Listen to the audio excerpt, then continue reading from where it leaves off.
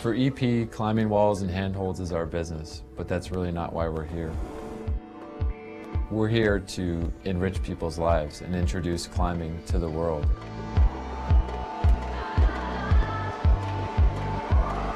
We know that once somebody gets an opportunity to go indoors and climb on a climbing wall, that they're going to be hooked and they're going to be a climber for life. Welcome to Imst in Austria for the 4th Lead World Cup for 2014. We're in the beautiful town of Imst, just 50 kilometers west of Innsbruck. It's a very small town indeed, less than 10,000 people live here. But over this weekend, 101 of the world's best lead climbers have descended on Imst for qualifications. 2,700 feet above sea level here.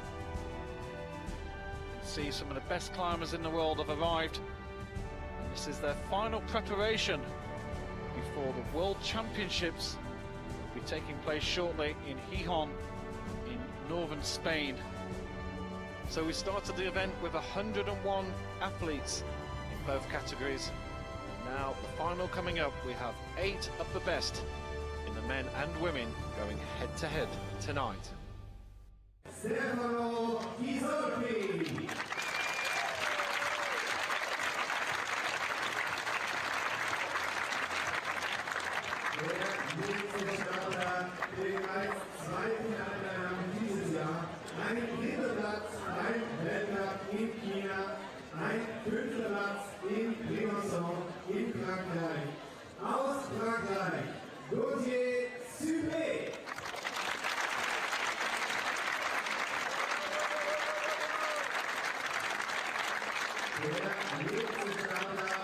Der amtierende Vize-Weltmeister, einer der ganz wenigen Allrounder, somit im Boulder und auch im Speed unterwegs. Für Kanada, Sean McCall.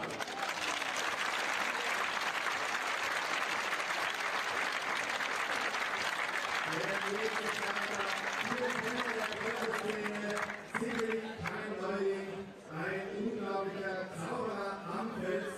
Mit der WM in Paris 2012 für Tschechien, Adam Onda.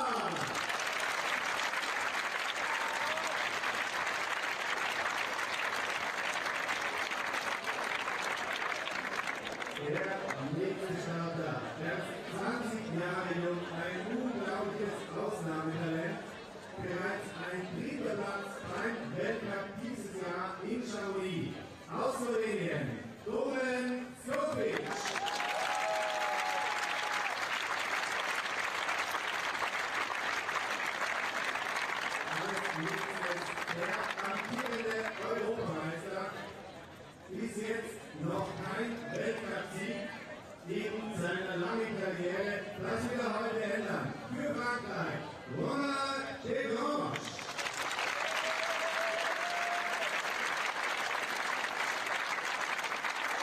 Der zweite nach dem Halbfinale, ein ewiger Routinier, 32 Jahre jung, der erste Weltcup 2001 in Chamonix, Dritter des Gesamtweltcup-Klassements 2013, der amtierende Vize-Europameister für Spanien, Ramon Julian Pulpan.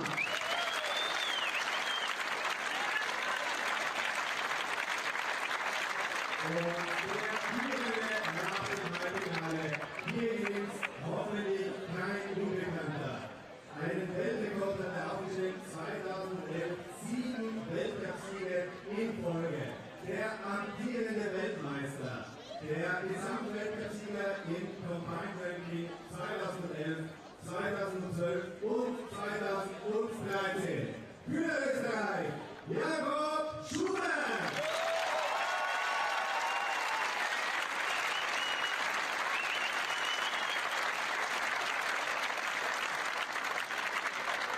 Und weiter geht's mit unseren Finalistinnen. Die erste Starterin im Finale, achte nach dem Halbfinale, war noch nie in Imst am Start, heuer aber bereits eine Finalteilnahme. Für Japan, Lisa Ota.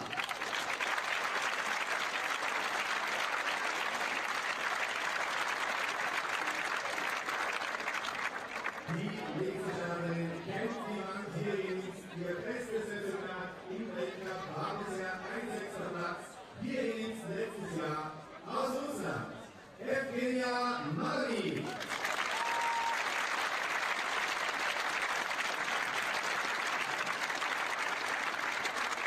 Die nächste Starterin erst dieses Jahr in die Weltcup-Saison gestartet. Ein unglaublicher Start. Ein 3. Platz, ein 4. Platz und ein 3. Platz bei ihrem ersten Weltcup überhaupt. Aus Belgien, Anna Verhoeven.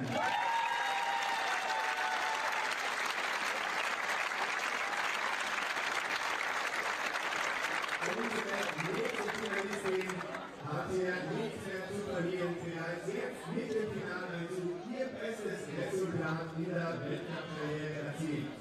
Aus den USA, Delaney Miller.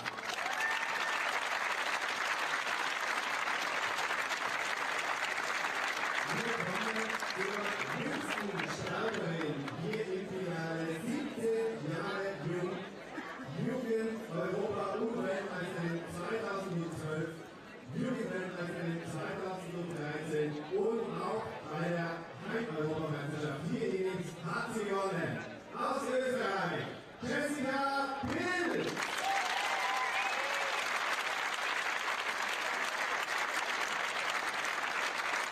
Es geht weiter mit den österreichischen Questspielen, sozusagen die Lokalmatadorin aus Landeck. Bisher in diesem Jahr 2. Beim-Weltcup in China, 2. Beim-Weltcup in Chamonix und 2. Beim-Weltcup in Primoso. Ein Sieg ist jetzt lange fällig und den wird sie heute holen. Aus Österreich, Magdalena Röck.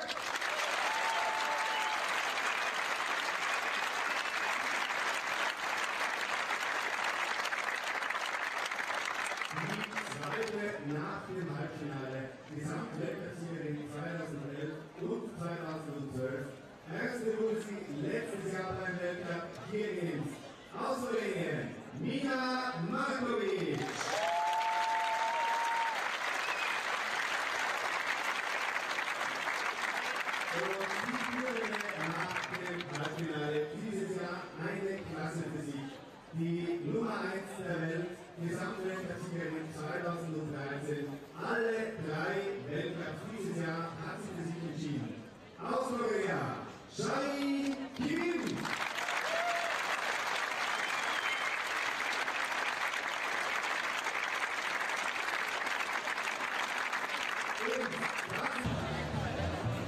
Well, there's the introduction of the athletes, all 16 of them. We've got a real top international field here today.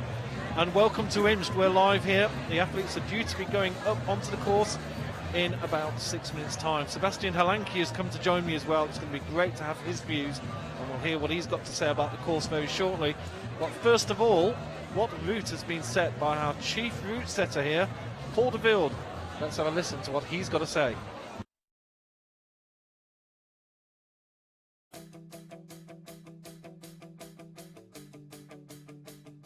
So, hello, I'm Paul de Wilde from France. I am chief route setter, and I set international comps for nearly 10 or more than 10 years ago. So, in the men final, we have different tricky moves and different types of the first things are starting just up to the 3 triangles. The bottom is really cool, and then you will see a kind of big dino on the left, on the big hole. Then there is a resistance part. It's not too easy, huh? It's quite hard. And then after the gray volume, you have a big blue volume like that. So it's not easy to understand for the climbers, and it's quite risky because when you start to go in the way, and after you have no chance to go back. So you have to engage, and so it will be a hard move too. Just between the 2 last volumes, blue volumes before the roof. Then to enter in the roof, it's pretty powerful. I think maybe we will lose some climbers, but it's the comp. Huh? So after in the roof, on the 2 yellow boxes, it's not really powerful. It's mostly spectacular moves we wanted to do. So normally the climbers has to turn with the feet first. I hope they will see that, and we put some chalk mark to help them. The roof, it's not the hardest part. So it's just, I think, for the audience, for everybody, even for the climbers, it's more special move, and I hope they will enjoy it. The women's route, it's a very long route, long as the semi-final for the men yesterday. So most important for them will be to resist. It's more endurance climbing, but it's not so easy till the first orange volume. And we start with some balance move, so it's not easy to stay really static, so they will have to engage a little. And then the roof, like for the boys a little, they have to turn, and they have 2 options to turn in one side or the other side. So it's not the hardest part, but even for the boys, it's complexity of climbing. And then till the lip, it's quite powerful up to the 2 green volume, and after there is a classical move between the 2 purple volume. It's a cross. You have a little hedge like this, and you have to cross in a mono. And to cross over, it's hard, pretty hard. And the 5 last moves are really hard when you climb till the top. I think if we have a top, it will be wonderful. But I think it's possible, but not more than 1. Really interesting to hear what Paul had to say about the routes. And we're here, we're live. The crowd are in, the athletes are here, the officials are all here. And we're getting ready to go for the start of the 4th IFSC Lead World Cup for 2014. My name's Adrian Battersby, and with me is Sebastian Halanki, and we're just waiting for the first athlete to come out. Sebastian, welcome, great to have you on board. Hello, thank you for welcoming me. Well, yeah, as yesterday I didn't manage to get into finals, I'm right here. Bad luck. Again, co-commentating once more. So yeah, it's cool to be here. But it's great to have you here. You speak very well. You're very educated, and you speak with real intelligence about the wall. So I'm going to ask you about the men's route as we look here at Stefano Ghisolfi of Italy, and you saw, you just heard what Paul had to say about the men's route. What did you think about his comments? Yeah, it was funny because I was reading it right before going here. And for me, it looked pretty much as he said. The first part of the route looks like not too hard, but kind of technical. Yeah. And yeah, I think you can lose a lot of power there. Yeah. Because if you do something wrong, maybe you will waste a lot of energy. But Yeah. the slappy part is basically not looking too hard, actually, just a little bit technical. Yeah. And then after those kind of triangle volumes there on the slab, Yeah. a little bit later, you have got a kind of dino move to the left, and this looks kind of sketchy. I think it will be a little bit uncomfortable for some of the athletes. Yeah. And after that, in my opinion, it just starts getting harder and harder and harder until the roof with a few uncomfortable movements. And Oh, he's gone. oh, Oh my goodness. oh, that was really unexpected. Well, we might see a replay back shortly, but that was Sebastian. Oh. That was an absolute shocker. Yeah. I've got so many more questions because Stefano was the man that just put you out. Yeah, He got that's true. And it must be a horrible feeling. You must feel quite embarrassed when that sort of thing happens because he's literally walking away with a 4 against his name. Well, I think for him it's just like, it was really a pity for him because he could have climbed so much further. And yeah, what to say? I mean, yesterday, it's good he's taking He's it got not a bit too of hard. humour. Yeah, Yeah, that's that's good news. nice. Well, he's I coming mean- in the lead. Here's a replay. Yeah, he just slipped there. I think he wanted to go for it like a little bit more dynamic, not like risking a little bit in order to not waste too much of energy. But Yeah. sometimes if you if you risk too much on those slappy parts, you can easily slip. And well, yeah, that We're just was watching a happened replay to him. again. Yeah, the momentum took him away, and well, there you go. Even the best, even the most experienced climbers on international scene can make the most elementary mistake. It's quite amazing. Yeah, for sure. And I mean, climbing is such a special sport. I mean, every route has a different and an own individual character, and Yeah. sometimes a route really fits well for you, and sometimes you just don't get into the route at all. Yeah. So those things can really well and easily happen Well- in climbing World Cups. Stefano Ghisolfi is sat in the leader's chair at the moment on his own, and he is currently leading, but it's fair to say there's no chance he's going to medal at all with only 4 against his name. Paul made comments about he's put a few little interesting ones a little bit further up the wall, and he's put a couple of ones in there where he said it's the point of no return, that if you try and do a particular problem one way, there's no way of getting back. So if you go at it the wrong way, you're finished. Yeah, that's true, and I think that's quite in the middle of the route, where it's not in the route yet, but relatively steep. Yeah. There you've got a few movements with some volumes, and if you just go there, if you get it in the wrong section, you will just fall, because I don't think you are able to climb backwards there. Yeah, absolutely. Here's Gaultier Super of France, and we're going to have a little look more carefully here. He's been a man who's been in pretty good form. He got a bronze medal in Hayang. He didn't compete in Chamonix, and he did compete in Chamonix. He took 5th place in Briançon, and in Chamonix he was 18th place. So just didn't reach the final in Chamonix, but He's a great climber, this man, and only 23 years old, so plenty of climbing left in him to come. Let's see how he handles this one. It's an awkward one, isn't it? Because you just can't easily reach across. Yeah, it's pretty awkward, and you have to. It's really for balancing. Yeah.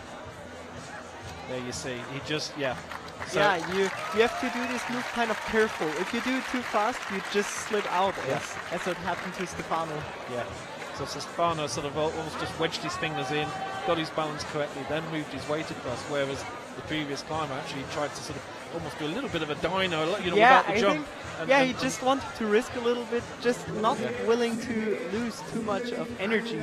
And I can understand that quite well, because for me, usually when I'm going into a competition route and I'm really psyched, like in finals, I also tend to do like something a little bit more dynamic, risking a little bit, just in order to be able to have a lot of energy on the top movements where it starts getting actually important. Yeah. But something like that can also turn out in this way, so wow, that's what happened to him. We noticed with your style, and there were two schools of thought with climbing, with lead climbing, that some athletes like yourself, you don't mess around, you don't like resting, do you? You like to get up that wall quickly.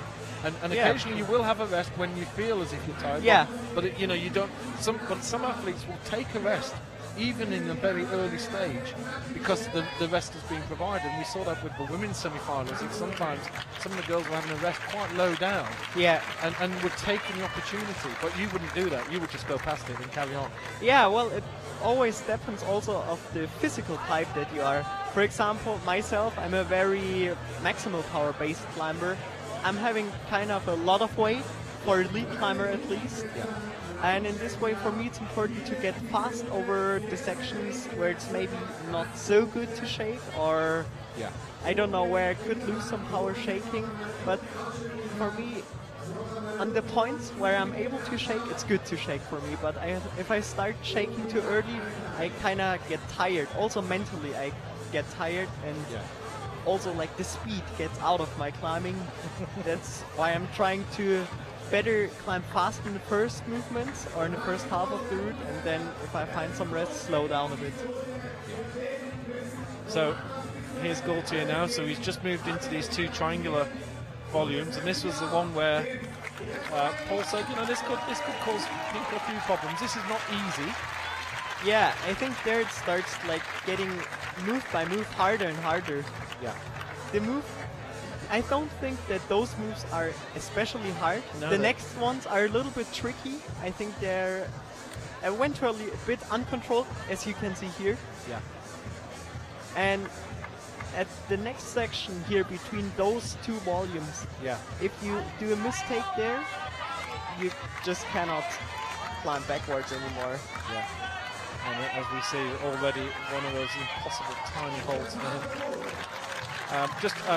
We are keeping an eye on the YouTube chat as well as the Twitter. If you do have any messages, do send them to IFSC WC. We will be having a little chat and talking, answering any questions. But of course, we are going to concentrate very much on the climbing that's going on here. And one comment I did hear earlier, Sashiyama isn't here. He's actually doing some rock climbing with Akio Noguchi, and just taking a bit of time out of competition. There's plenty of events to go, and of course a World Championship coming up shortly as well. And so that's why they're not competing. So they almost, sometimes some of the athletes do that, don't they, Sebastian? They're quite happy to accept they're not going to compete for the world ranking points, and they're just going to climb, win individual tournaments. Yeah. Sometimes they rather focus on specific events like the World Championships, for example. I believe that Sachi is planning to do this. Just focusing on some specific important competitions where he really tries to be fit and in his perfect shape. Because a whole World Cup season is really hard, mainly for the mind. It's mentally and also physically a little bit difficult, because you cannot really train that much. Well, I was just about to say that these two boxers, Paul had said that could be an awkward area, and we just saw it there, and he said that people would require a bit of power to get through there. Gaultier Super just came to grief. He has a little smile on his face. What do you think happened there? Well, I think he just basically ran out of steam. It just got harder and harder with the time, and you cannot really rest it anywhere in this route. So I think he just kind of got pumped, and he couldn't do a lot more there. I think he had a really good go. Well, unsurprisingly, Stefano Ghisolfi leaves the seat. Let's have a little look at this again. In fact, this is a little bit earlier on. This is a really awkward move, I think. Yeah. It doesn't look comfortable at all. Yeah. We are taking production from a local host broadcast here, so we are sort of in the hands of what they decide to feed us down the line. Although we may overrule occasionally. We do have a few of our cameras out there giving us feeds, but we're trying to take their feed. We're not going to see unfortunately, we're not going to see the replay. Here comes Sean McCall. While Sean's preparing, I just want to carry on our little chat about Sashiyama because he's got, oh, here's the replay. Let's just have a look at this. Decide what happened. Yeah, I think, well, basically he tried to take some really small hole as an intermediate in order to be able to turn around his feet, but this intermediate, I think it might have been a little bit too small to really grab it, and then his hand kind of slipped, but I think he was basically already quite pumped there. Yeah, he was in trouble. Now Sachiyama will be a real threat in the World Cup because he might even bring his chalk back with him this time. Now you tell me as a top international climber as you are, how hard is it if you can't actually get more chalk on your fingers? And Sachi won by quite a distance as well. What difference does that really make to you? Does it mean that on those little pinch holds that you're really going to struggle with the grip? Yeah, it's kind of awkward. I think often it's even more a mental thing because it just feels rather uncomfortable, but also after a while it really starts getting harder because your hands are getting sweaty, mainly in hard sections. Yeah. And in this way also, mainly the round holes are feeling so slippery then after a while. For me it's awful to climb without chalk. Because after a while I just feel so awkward on every hole. Yeah. So I think it was a great effort that he did there. It was quite incredible. Yeah, it was incredible, but also it kind of gave him just like a little push, just knowing, okay, now I just gotta go and I cannot hesitate anymore, and maybe that was even good in some way. Yeah. So Sean McCall here is making this look quite comfortable at the moment, but Sean's a very accomplished climber, isn't he? And a top boulderer also. Yeah, definitely. I think this route could be quite a good one for him because those kind of uncomfortable and maybe for other climbers awkward movements, he's going to do them a lot easier, I think, because he comes from bouldering. Yeah. And the jump was no stress at all for him. No, not for somebody who's one of the top sort of 5 in the world at bouldering. Like that's not a dyno at all, is it really? Fair? No, it's just like a little bit of further move. Yeah, he has those for breakfast. I think Adam Ondra might to try doing a no-hand rest on this big foothold there. Yeah. As we saw it yesterday in semi-finals. He does like those, doesn't he? Yeah, he likes to showboat a little bit, Adam. And yeah, definitely. Yeah, we may well see that. Well, we'll look out for that a bit later, Seb. Yeah, I'm quite curious. So this was an area where, now, as you say, Paul said that we might trick a few here, but actually, the guys are actually going up fairly comfortably here. There's no difficulty from Sean on that particular move at all. So, this sometimes happens with the route setters. They admitted themselves that sometimes they think they've set a really difficult area and everybody just walks straight past it, and then they find trouble later. Yeah. For example, here it's like, I think a place where it's kind of hard for the athletes. Look at Sean here, he's also hesitating a little bit. Yeah. And I think he didn't feel comfortable with that movement at all. No. And also, I'm quite curious how he's going to do the next movement. I think he's going to undercross as well. Yeah. But I think this is really uncomfortable and it's kind of powerful. Like, it's really pumping your biceps. Yeah.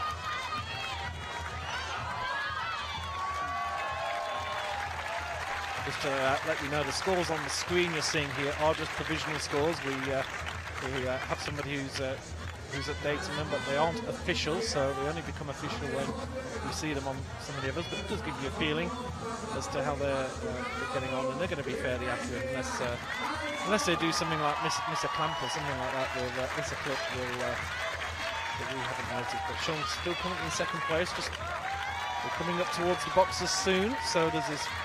This is the area where Gaultier, Super, and Sean there. And Sean's still looking pretty strong here. Yeah.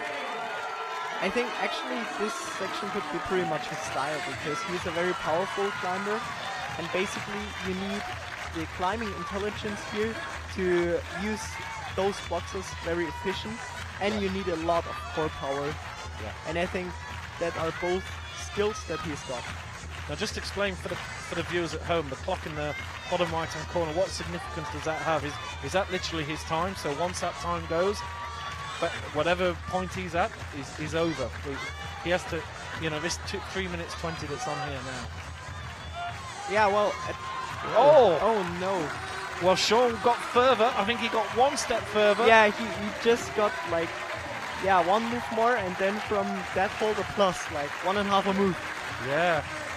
Well, wow. that was unusual because I didn't expect that. he didn't even get close. And we're just looking at a replay. This is something a bit earlier.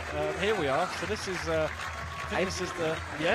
I believe that this turn is harder than the route setters expected, because I remember the route setter saying that this turnaround was not going to be too hard, just like something for the crowd, which looks interesting. But I think it's harder than the route setters expected. Yeah. Well, we have a bit of a shock there. I think we all expected Sean McCall to go a little bit further than that. He's such a gentleman and thanks his belay, and he's away. And he has a little chat. Just like, you know, this is how I missed it out on the previous hold, so you're in the lead now. But yeah, the conversation these guys are having, you know, what you said. What are they talking about here? Yeah, I think they are talking exactly about that section, because I think it was a little bit a weird section for them. Yeah. And I think both didn't feel like really sticking it the right way. Yeah. 50 problems here on the men's. And there you see that McCall just a fraction ahead with a 39 plus. And here he is, Adam Ondra, unmistakable figure. Yeah, definitely. He's really unmistakable. He's a lovely guy, and obviously he's got a bit of a name for his outdoor climbing. Seems to climb some of the most difficult problems in the world with he's a super strong climber for sure. Yeah. I've met him 1 week ago, actually training in Innsbruck. I've been also in the climbing gym in Innsbruck, and I've been to a rock as well, which is close to Innsbruck, named Götterwandel. Yeah. And I met him there, and he's a really cool guy, and he's super strong, and mainly he has got great technical abilities and the experience from the rock. I'm really curious how he's going to do in this route, but I think he is all options for this competition. Yeah, he's certainly a man to look out for. There's no doubt about that. And a little bit of it'll be interesting to see how he handles these next few. Like when Paul was talking about the route, you know, he actually said that the men's route towards the end was actually quite easier, and he put a lot of the hard stuff a little bit earlier on. So the last four or five holes were actually a little bit easier than, you know, sort of more of a, you know, this is where you can take the glory and people can applaud you for being so good. But Adam here, so far, no worries. No, I think this lap is really much his style. He's moving very efficient in those kind of slappy parts and not wasting any energy. Well, Adam was 9th in Hayang, he was 27th in Chamonix and 8th in Briançon, so by his standards he's actually been away from the podium, and not by a short distance, by quite a distance. Yeah, he had a little bit rough time in those first World Cups this year. A lot of things were just like a little bit unfortunate, and they could have gone a lot better in Hayang in the first World Cup. He kind of decided for the wrong foothold position. He decided to put a heel hook where you actually had to put your foot just stepping with the toe, and he slipped. And well, in Chamonix, everybody knows he forgot the first quick draw. Yeah, slight problem there. So yeah, well, those kind of things can happen, but let's wish him best of luck here, and Absolutely. hopefully he's going to show all. Well, he's got something to prove, and you know, do you think that he'll be aware that some of the other climbers won't have gone so far because simply because of the time that he's been called up, especially with Gasolfi after running 4? But He definitely relies on those things. For example, yesterday, everybody knew you have to climb very far in semi-final route because it took so long.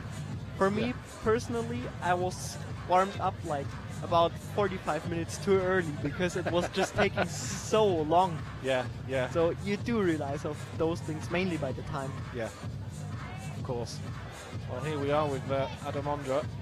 He's looking very comfortable so far. Yeah, he's still looking very relaxed.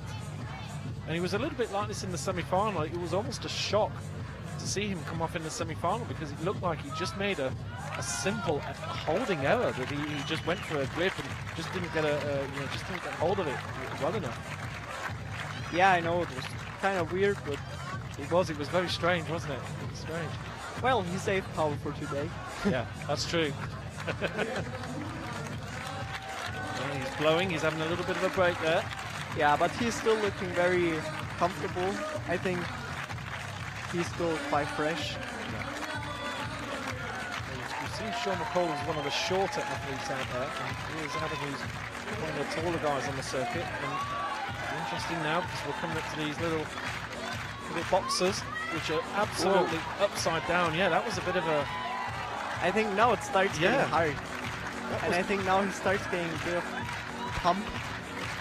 Well, that was quite a risky manoeuvre there, because he just reached out, and if he'd have not, you know, he almost looked for the Yeah, hold. he just reached out and I think he was kind of grabbing it even a little bit in the wrong way, but he still could stick it, luckily.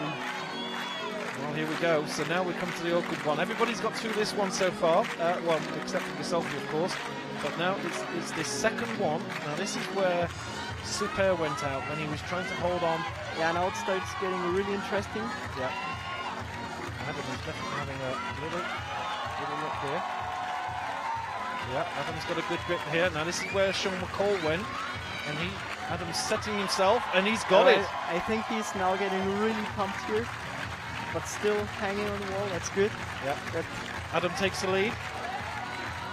Come on, let's have action on the climber. Now he is really having to fight, I think.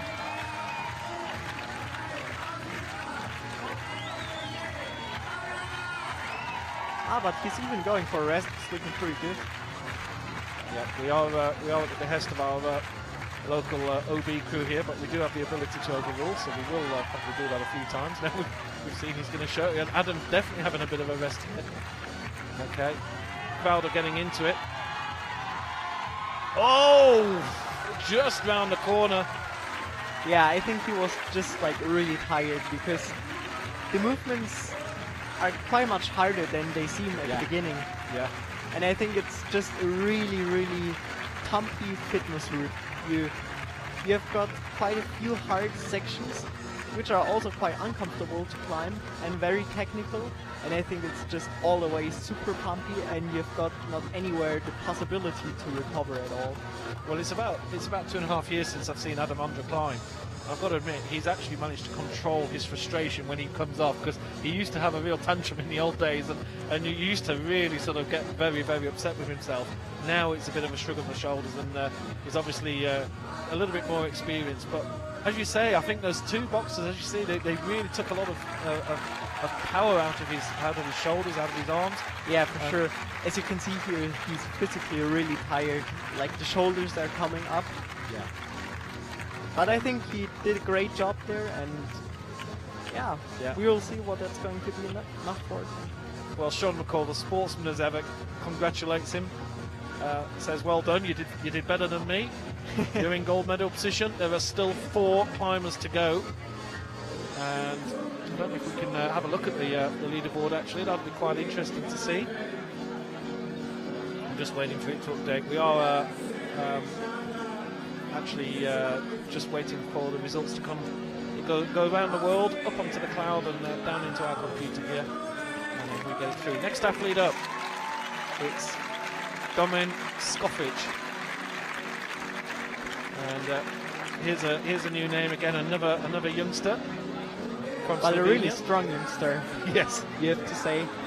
I know him already quite a long time because my first World Youth Championship, I've competed there with him, and it was really cool. It was in that time in Valence, and it was a great competition. You know, it was a huge crowd, and Yeah. there were a lot of people just watching. It was awesome. Yeah. I still remember a long time of competing against him. Of course. But he's a really nice guy, and it's Yeah. pretty cool. I wish him best of luck in this route, and he has become so strong mainly this year. I think course. he is one of the persons who definitely can achieve a podium. And he achieved a podium in Chamonix. He was 6th in Hayang, 3rd in Chamonix, 14th in Briançon. But of course, you know, this is strange. It's the first time we're seeing guys like yourself, and it's great to see you and your hair and the colour on the wall as well. But of course, you guys have all been competing with each other on the junior and youth circuit for quite a few years. So Yeah, you know for each other sure. very, very well. It's like a big climbing family. Yeah. I have to ask about the hair. Have you always had the Mohican? Have you always had the colour when you've competed? No, well, not always the same color. I've always had this haircut, Yeah. but I didn't always have this hair color. It's just like always changing a little Yeah, bit. yeah, You know, red today. I'm always giving some kind of surprise. Well, it's good to see. Well, maybe the German flag one day as well on World Championships and stuff. Oh, who knows that? It's good to see, and it's good to have a bit of colour on the wall for sure. Domen is just moving up. We're just waiting. Still waiting for Andre's results to come through, so we'll just give it a second. But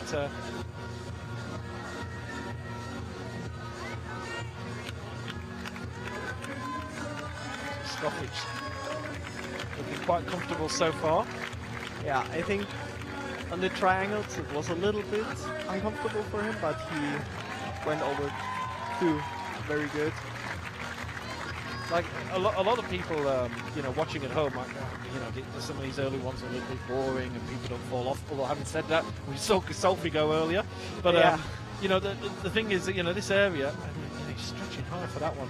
You know, this is where some of the strength gets sapped, isn't it? This is where you know the hurt starts accumulating, and you know you're working hard. Scoffich went for the dyno, easily done. Yeah, very easily. But already you see he's just having a little break with his arms here, so he's got a little bit of acid in there, and he's just trying to Yeah, trying to for loosen sure. it. I think I think the start is harder than it looked like at the beginning. All the route is pretty hard, and mainly because you are not able to relax anywhere. Apart of this position, Yeah. it just goes all the time. It starts getting harder and harder from the beginning until the top. Absolutely. Well, Domen's having a good old rest here. Having done the dyno, he's decided he's going to take this as a good resting spot. As you can see, there's a really good crowd here watching this. They're taking positions. We have had some quite heavy rain earlier on this afternoon, so some of the grassy areas are quite damp, and people are only sitting there if they've got something to actually sit on, a good coat or something. So we are seeing some gaps in the grassy area, but people are sort of crowding up in the concrete areas. And we didn't see the no arms from Andre, did we? We forgot to mention it. We didn't Yeah, see that's true. he didn't do it. He didn't do it. I'm No. kind of surprised, but maybe he just didn't want to risk anything in No, these finals absolutely. in order to be able to just show what he's sure- able to do. I'm sure you've seen many people do the showboating and actually come a cropper and go down when they were showing off. Yeah. So it's not good to do. Still 4 minutes to go on the clock. Yes, I was asking you about the clock, but basically, once that time is out, you know that's the time you've got to climb this Yeah, problem, exactly. isn't it? That's Yeah. the time you've got to climb. There are 8 minutes in the final route. And if those 8 minutes are over, then you've just got to come down. Yeah, that's it. It's finished. So I suppose it's good. You know, I suppose that at some stage you get climbers who can stay on the wall for a crazy amount of time and have too long a rests and. Yeah, for sure. But actually in the routes nowadays, it's kind of hard to stay too long on the wall. Mainly in a route like this, for example, you could stay maybe on the sloper down there Yeah. longer, but it's not so useful because it's anyway right on the start of the route. But further up here, the route just doesn't allow to wait too long. Otherwise, you just get pumped waiting. Domen he's competed on the senior circuit in 2013. In fact, also competed in 2012, and he made a final in Atlanta in 2012. So has been competing on the senior tour for a little while. He's not an absolute new kid on the block. We're going to see a lot more of it, and it's also great. You know, this is the thing with climbing that you see. You know, a lot of youngsters. We've seen 16-year-olds competing, and then we get to see Ramon, who's 32. Yeah. And, you know, he won a tournament in 2002. Can you believe? You know? Yeah, it's so crazy. That's like when I started climbing, maybe. Yeah. And he was winning World Cups, you know, in the old days when it was all under the UIAA banner. And I think Domen now starts really getting pumped, starts getting really rough there. Yeah. Super physical, and I think he's just gonna go for a Oh plus. my goodness! And I think you said you're right. He sort of almost looked as if he was timing a bit there, because that was a risky move he did, didn't he? He almost didn't settle. Yeah, well, I think he just knew he was not going to stick the next hold anymore, and also he didn't flip yet, and he actually already had to flip from before, but he just, I think he just looked kind of tired. Yeah. Just looking at a little replay. That's Dino from earlier on, but this was the move where he went. And as you can see here, the long quick throw has not been flipped yet, so that's, and from upper he couldn't flip it anymore. No. So he actually, is that sometimes that happens, that, you know, his brain had gone a little bit, and, you know, he was going to get penalised there because he hadn't clipped. So that was his. Even if he made that, he was over. He was yeah, finished. for sure. And I think he knew that. But I think the problem was that already before he was quite pumped actually. And sometimes when you're pumped, you don't feel so comfortable to flip a quick draw, and you just climb further. And then you realize, okay, maybe I could have clipped before, but now it's too late.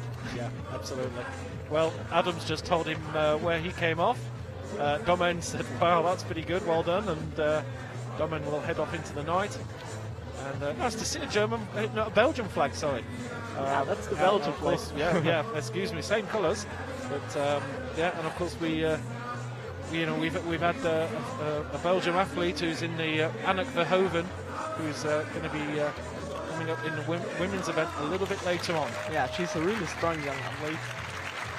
And she's also medalled here before. Here's Romain Degrange of France. Also one of the older athletes actually, with a lot of experience and great technical abilities. Yeah. 31 years old, absolutely. It's nice to see some of the old guys doing so well. And we've got Pope Duang coming later on as well from Saint-Colomb in France. And Romain was this silver medalist in Briançon. In fact, he's made finals so far this year. In Haiyang, he was in 4th place, Chamonix in 5th. And Briançon during that incredible weather. Were you in Briançon? Yeah, I was in Briançon. And that was quite an experience, wasn't it? Yeah, Briançon was definitely quite an experience. At the beginning of this, in the semi-final, well, in the qualification and semi-final day, it was so hot. It was awful. Like, for me, I almost didn't support the heat in my second qualification. I felt really death, like sweating and with a really high pulse. And then at night for semi-finals, I was just so tired. Yeah. And the next day, all over raining. It was all finished. And lightning. Yeah. And yeah, crazy weather. It was pretty bad. The guys did try their best to get it going, but once the big thunderstorms hit, and if you've seen the highlights video, you can see there's some incredible footage. Do go onto the IFSC YouTube channel. There's a brilliant highlights video that's been put up there showing the lightning hit, which took the power out for the village. Actually caused some quite big damage to our OB truck, and the guys here have done an amazing job to get the OB truck into some sort of shape as it stayed in Europe between Briançon and this event. It is going back to the UK after this event tomorrow to get fixed, thankfully, and we're all ready for the next big event. But it was, and there was a few guys even ended up in hospital. Yeah, I know. Hotel, some of the judges, I guess. Yeah. A few guys who were holding on to metal bits in the hotel that got a bit of a shock and needed treatment. So pretty horrendous time. Romain so far looking very, very cool indeed. I hope he is going to do the jump well. Yeah. Oh, he's that was a little bit of a risky move, but he just didn't want to jump there at all. No, he didn't fancy the dyno. And I suppose the dyno is, if you're look at it, the dyno is a risky move because you're going into the air, and there's a potential that you might not get the grip, even though obviously it's a very big hole. Yeah, but yeah, it's like uncomfortable. This dyno is not a hard dyno actually, but it's really uncomfortable, and in the finals or semi-finals you're nervous in the competition because you want to just show your best and you've got big goals to achieve, and you just don't want to risk too much. So sometimes, mainly mentally, it's like kind of tricky, such movements. Yeah. Well, it was interesting because Romain didn't really have much of a rest there. And remember, Domin Skofic actually he must have taken 45 seconds down there. He rested both arms a long time. And maybe, this is the period that, if you might be resting, but you're still having to hold. So you're still using up energy. You're still... Yeah, and I basically actually think that Domin was resting a little bit too much on this route. Mainly on the upper section, on the one that it's now coming, in the grey volume. I think he was just spending there a bit too long time, and I do believe that it got him tired. Romain is comfortable at the moment, but he's got some interesting action coming up ahead of him. We've had nobody get to the really top area of the climb yet. This box section and the overhang on the box section, remember, it's hard to tell. There you go. You can see there's still quite a bit of climbing to go yet.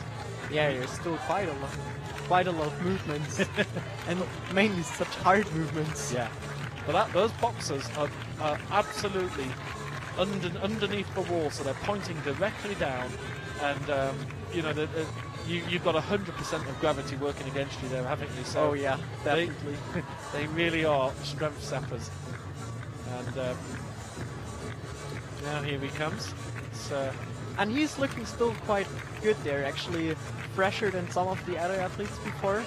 Yeah. I'm curious how he's going to manage the section which is coming now, which is a little bit more powerful. I think that's rather not so much his style because he's having a lot of finger power and great technique, but he's not such a power-based climber.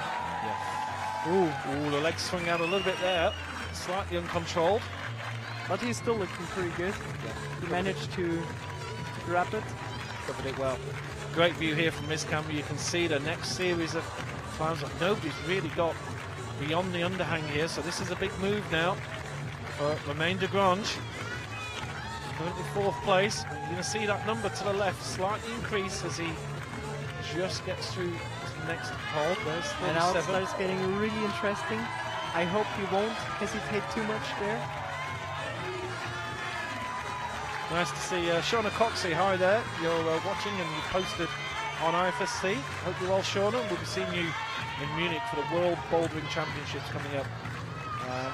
Not long to go now. Oh, no. And I think here he just didn't decide fast enough. He realized it felt really uncomfortable. He got tired.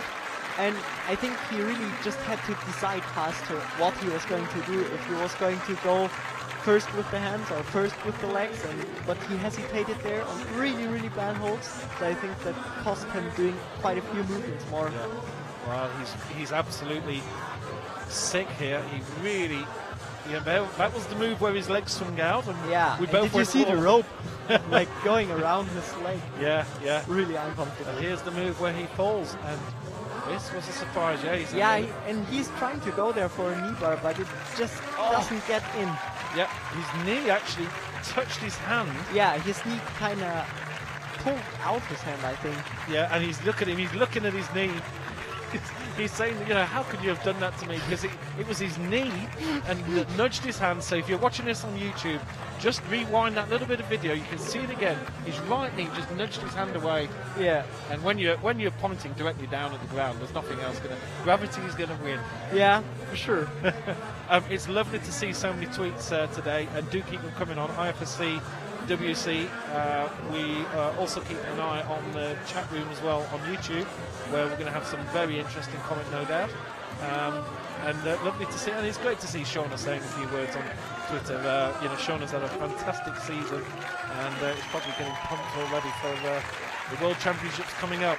Well, we've gone from one of the experienced old guys on the tour to another one, because here is Romain Julien Pablanc of Spain. And Well, this guy is just an absolute, he's a legend of the sport, isn't Yeah, definitely. He is really, mainly in competition climbing, he is just, yeah, like a climbing legend, as you said. And he's super strong. I don't know many people who have such an incredible endurance. I've never seen that actually before. And yeah, I think if he doesn't do any mistakes or if he doesn't hesitate too much, then he can do really good on this route. I hope this first part here with this long reach for the left hold, I hope it won't cause some troubles, but I think he should be able to do it. Well, the man has got an incredible history. I'm not going to go through all his gold medals and everything. It's all on the IFSC website. Just have a scan down. This man is being one of the top climbers on the IFSC World Cup series for many years. He's won World Championships, he's won European Championships, and this season he's actually not medalled yet, which is he's had probably the worst run. I'm just looking at his last 7 events. The best position he's finished is 4th, which is pretty unusual for this man. He's normally a guy who's always on the medal podium. Looking further down, he's first, second, and third, always in there, mainly first to be honest. And this season he's been 15th in Hayang, didn't reach the final even. He was 6th in Chamonix and 4th in Briançon. So, with climbers, there is a stage, and there is a debate over what age it is. But usually people tend to sort of retire in the sort of late 20s.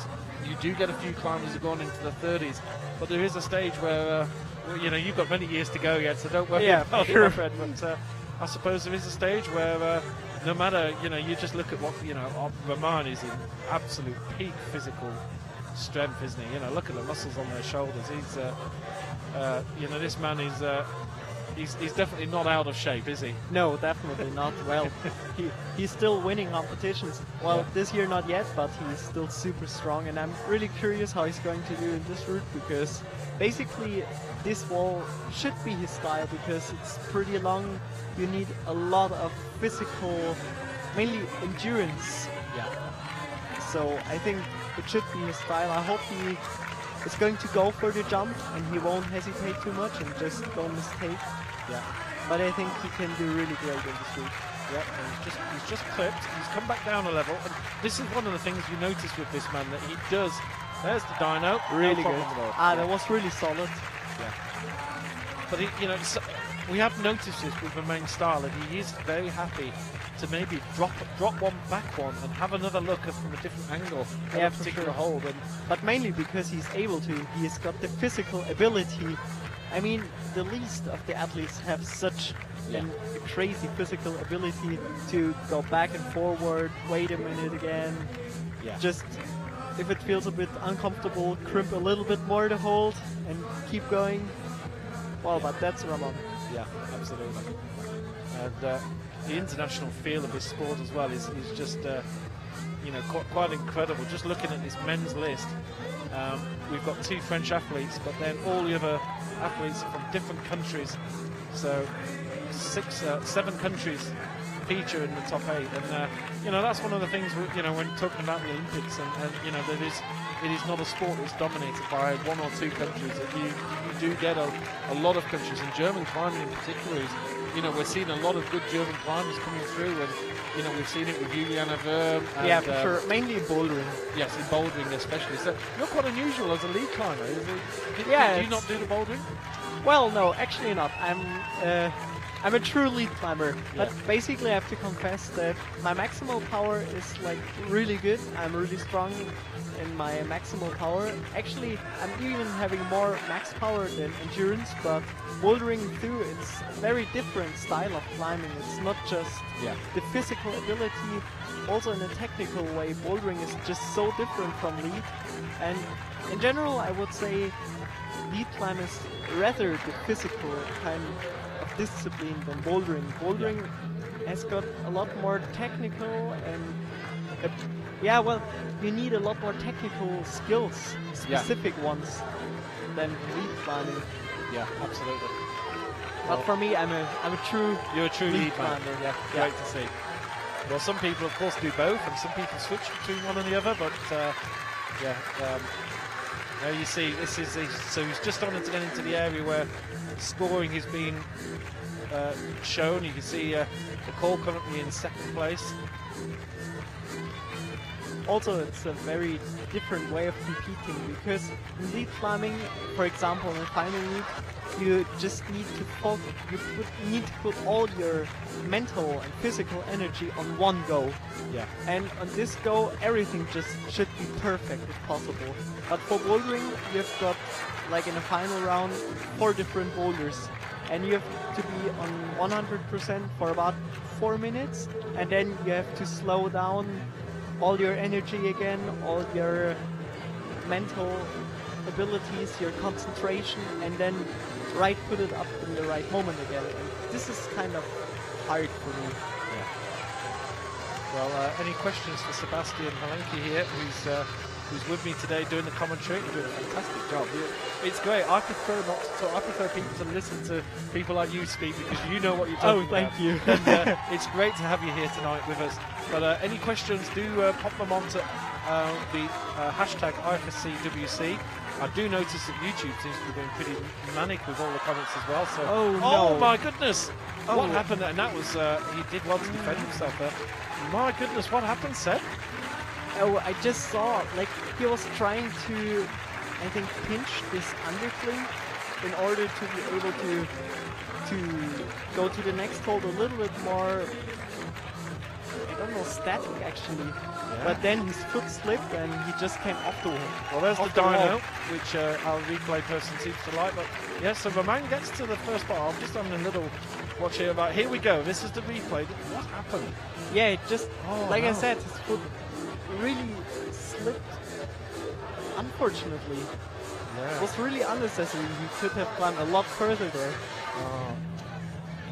Well, you really think that, well, Roman, it's just, look, what can I do? Roman doesn't speak great English, so it'd be a very stilted conversation between Adam and Roman here, but he's just asking Adam, where did you get to? And it just goes to show the great Roman Julian Pogrank here, how all the experience behind him can still make a mistake. Yeah, for sure. I mean, those things are things that can happen to everybody, and it's really a pity actually, because he was looking really strong until that point, and he did even moves that are normally not his style, he did them really solid. Yeah. So it's really a pity, but yeah, those things can happen, and let's hope that the World Championship is going to go better for him. Absolutely. And his home country of Spain, Jakob Schubert, the last athlete up. And the big hope for Austria now. Absolutely. 23 years old, from Innsbruck. This is his local event, and he's already taken a gold, a silver and a bronze. He's been as good as anybody out there in the Lead World Cup so far this season. And look at him, he looks... That's a pretty pumped face, wasn't it? Yeah, for sure. Well, he's really psyched to show what he can. He is a very competitive person, and I believe that if he doesn't do any mistake or something, he has got a really good chance to win here. Yesterday in semifinals, he was looking exceptionally solid. He was, yeah. It was like the best though from all of them. On top, he was still looking so fresh. So I think he has got great chances just to win this competition here. Just get the graphic will be on the screen in a second, but we're just looking, and Jakob has actually topped all the routes so far. He's the only one of 2 people to have topped the semi-final, and he was the only person to top Route 2 in qualification, which looked like quite a tough one. I didn't look at Route 2 in qualification. But Route 2 was a pretty hard one, like quite physical and having quite a few uncomfortable movements. Yeah. But you know, actually also Stefano. I've just noticed, yes, Stefano got himself, he topped Route 2 as well. But only both of them. But nobody else. Yeah, he was quite down on Route 1. So, Jakob has been the only one in the whole event who's actually topped everything so far. And it's going to be really interesting to see how he manages here. Now, he'll have had a look across and seen that Adam Ondra is sat in the hot seat. So that will have given him some motivation that he wants to beat Ondra here. Yeah, for sure. But do you think he'll know where he needs to try and get to? Obviously he knows he's got to get pretty high. But do you think that he'll be aware that it's this box area that's caused all the problems? I'm not really sure about that. I think it's pretty hard to know so specific where you have to climb to. Yeah. And mainly if the climber who just climbed before you wasn't the one who has the highest score. Yeah. You know, because if it's the one who has the highest score, you can maybe see it on the quick draws. Yeah, yeah. But if not, then you just cannot realize it so good. But what he probably does know is that nobody's yet topped, because Yeah. otherwise you hear the big applause and the big cheer. For sure he knows Yeah. that. And And because you always hear the ooh when people come off, don't you? Yeah, definitely. Yeah. You always realize when people are topping. Yeah. And this is a really hard thing, because if you know you have got to top, it's Yeah. giving you a lot of mental pressure. So Jakob having a little break here, which is what we saw from Skofic earlier on. So he's decided to take a little rest and just have a look up. He's only 15 holds up, so it's very early on. He's only a third of a way up the wall. But also something what we see quite often from Jakob, having like already at the beginning a little break Yeah. in order to, I think, just something mental, because definitely on the first parts of the route he doesn't get pumped, but it's just for getting all his concentration together in order to get completely focused for the next few movements. Yeah. And as you can see here, he's going fluent and solid, and Absolutely, he's pretty fast through that area. yeah, definitely. Not a single hesitation there. Still plenty of time to go. And I think he has recovered well also from his finger injury. So now I believe he's back Yeah. in shape. Yeah, there seems to be no doubt about that. He's very well, and of course one of the climbers who also does a fair bit of bouldering out there as well. So you know, we've got there's a great view of hold there. Of course, his younger sister was competing in the women's event. She reached through to the semi-finals. So a really great weekend for the Schubert family. Oh, but, he's trying to match this one. That's interesting. But I think it was pretty clever, because it didn't waste a lot of power. Yeah, that's a good idea. it's the first time we've seen that there. Yeah, I think it was also definitely not meant to do it this way, but oh, now he is kind of struggling. Yeah. Wondering what just happens there. Yeah, he's going to have a little clip, but he wasn't happy with his first attempt. Yeah, I'm going to have a little try here.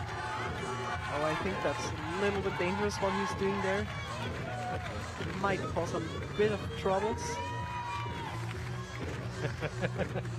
I hope that didn't waste too much of energy. Yep. And that's the point, isn't it? That, you know, if you get yourself into an awkward, you know, do you find that on the wall when you get yourself into an awkward position like that, and you realise that you've actually wasted a bit of energy that you really should have kept for later? Yeah, for sure. I mean, Yeah. that mainly in lead climbing that happens quite often, because often you just don't find the absolutely perfect way to do it, but Yeah. then you need to get like calm again, Yeah. or stay calm actually, and just keep going. And I think now he's already kind of a bit pumped. But I was thinking it's a very crimpy route. Maybe also he's still struggling a little bit with his finger. I'm not so sure about that. Well, here's the box section. I've noticed Commandant was saying on the YouTube chat that with Jakob being heavier than Ondra, he thinks that Jakob might struggle a little bit in this box section. This is the big move now.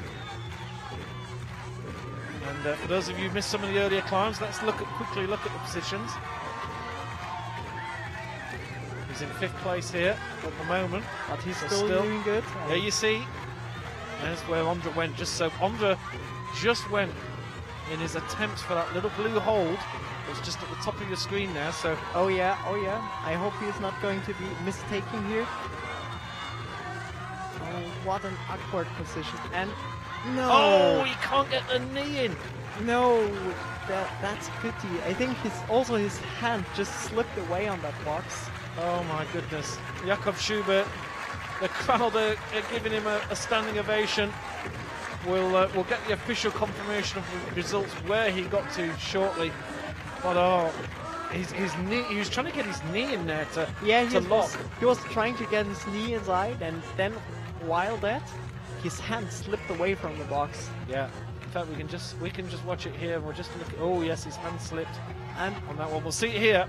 And here, Oh, so he got his hand in an awkward position. His knee was coming in, and then when he tried to get his hand up on the side of the box, that's really ungrateful. But those things can happen. And it's kind of funny because this was the part where the route setter said it was not going to be too hard. It was just for the crowd, but everybody really struggled there. Well, basically everybody, but Ondra fell there. Yeah. Well, there we go. So we never saw the top half of the route actually tested, and but we did get separation. We did get athletes, but it was that underhand section which absolutely finished them off. Schubert ending up with the bronze medal on countback. He got the same score as De Grange with a 39. McCall getting a 39 plus gets the silver medal. And Adam Ondra, well, we said he would have a bad start to the season. He's certainly made up for it because he's gone and picked up the gold. Yeah, that's great for him. And I think that was also for his head, I think, kind of important thing. Yeah. So a really superb performance there from Adam Ondra, and you feel a little bit let down, don't you, really, because you just feel that I'd have liked to have seen what some of the athletes could have done in 44, 45, and that would be, which were awkward areas that Paul had set, and we're never going to know. Yeah, for sure. That would be really interesting. It certainly would. I'd love to just put them in the scissor lift and say, here you are, get on to 42 and go there. And climb it up. Yeah, you start at 42 and go onwards. Shows how it's done. We are in Imst. It's still daylight. The sun has gone down, but it's still absolutely beautiful conditions there. These are some of the medals. And there's also some advertising and local beers there as well. You notice the big 30 on the wall. Well, Helmut Knabel, who was one of the main organisers, as Adam Ondra is just getting a big round of applause there, and I think he's going to be interviewed. Let's have a listen.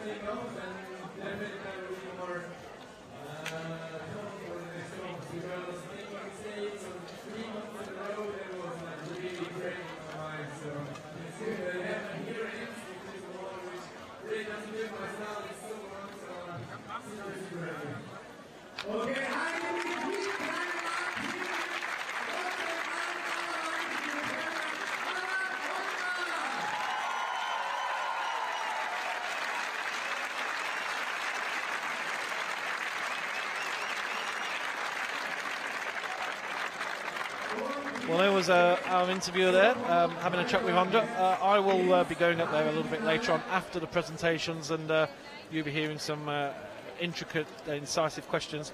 Stefano Gasilfi, you still feel very sorry for him, don't you? Yeah, that's with a that's 4. pity, but those things happen. That is life, and there you go. There's official confirmation, and here we go with the ladies' event. So no messing around here. There's no time for rest, and now can you remember what Paul said about the women's course?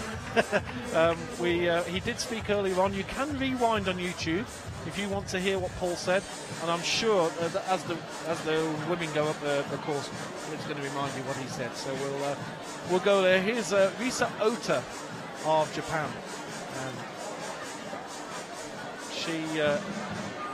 She's just having a little good look at the course here. So I do like it this way, actually, when you get all of the men competing and then all of the women. Sometimes you have men, women, and you sort of lose focus about the that's problems. true.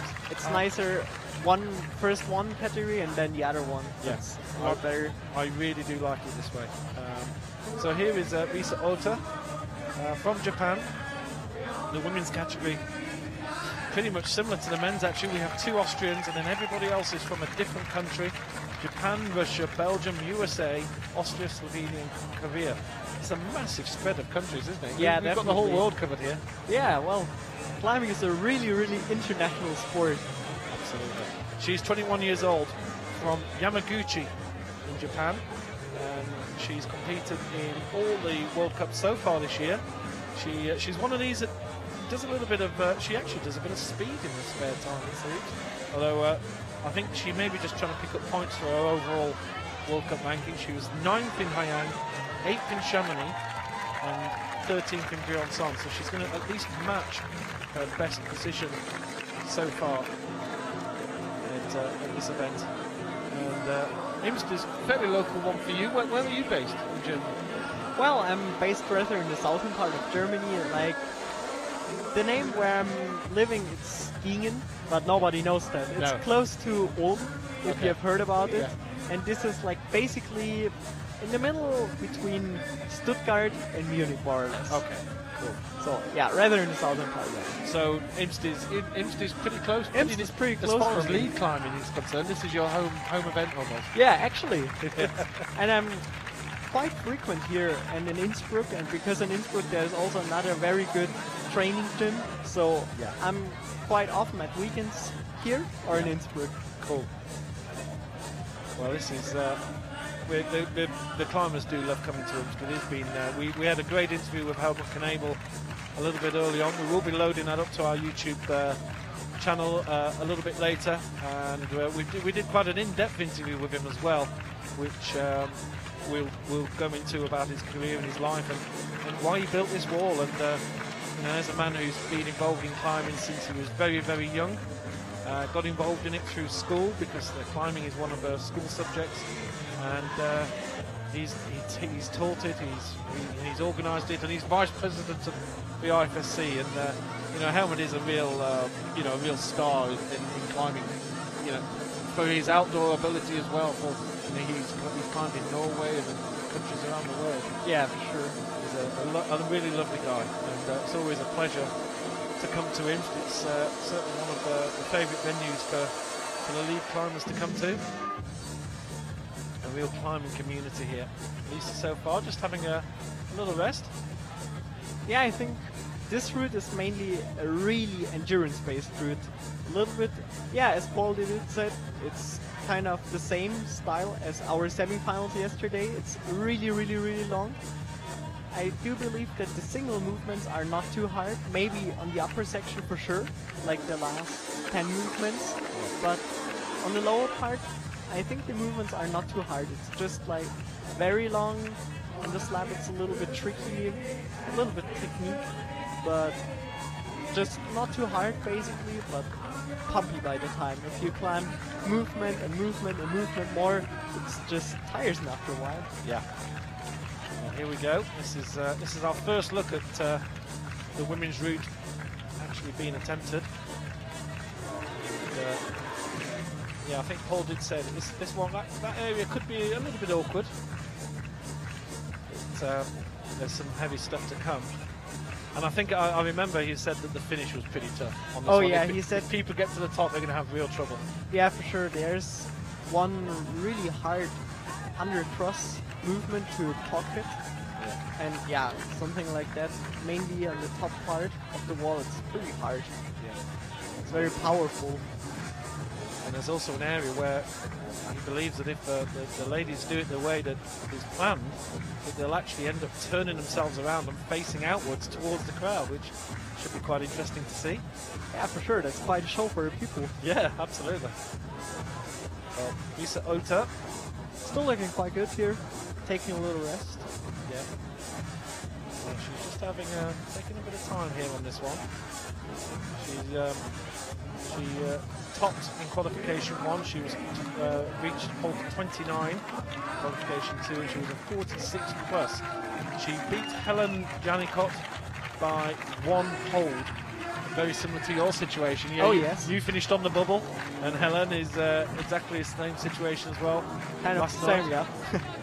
Well, I was talking with Michaela, one of the female climbers from the USA, and do you go to bed sometimes at night having really sort of frustrated and you can't sleep because you're going through that problem over and over again? Yeah, I really know this kind of problem. Mainly if you were just so close, for example, for getting to finals, or maybe, for example, if you really wanted to win a competition and you were just so close to win it, but you just didn't win. Yeah. And it was just like unnecessary to Yeah. fall there, Yeah. then it's really sometimes turning circles in your head. But yeah, I think it's important just to let it go, to release your mind, and just carry on and face the next goals. That's what.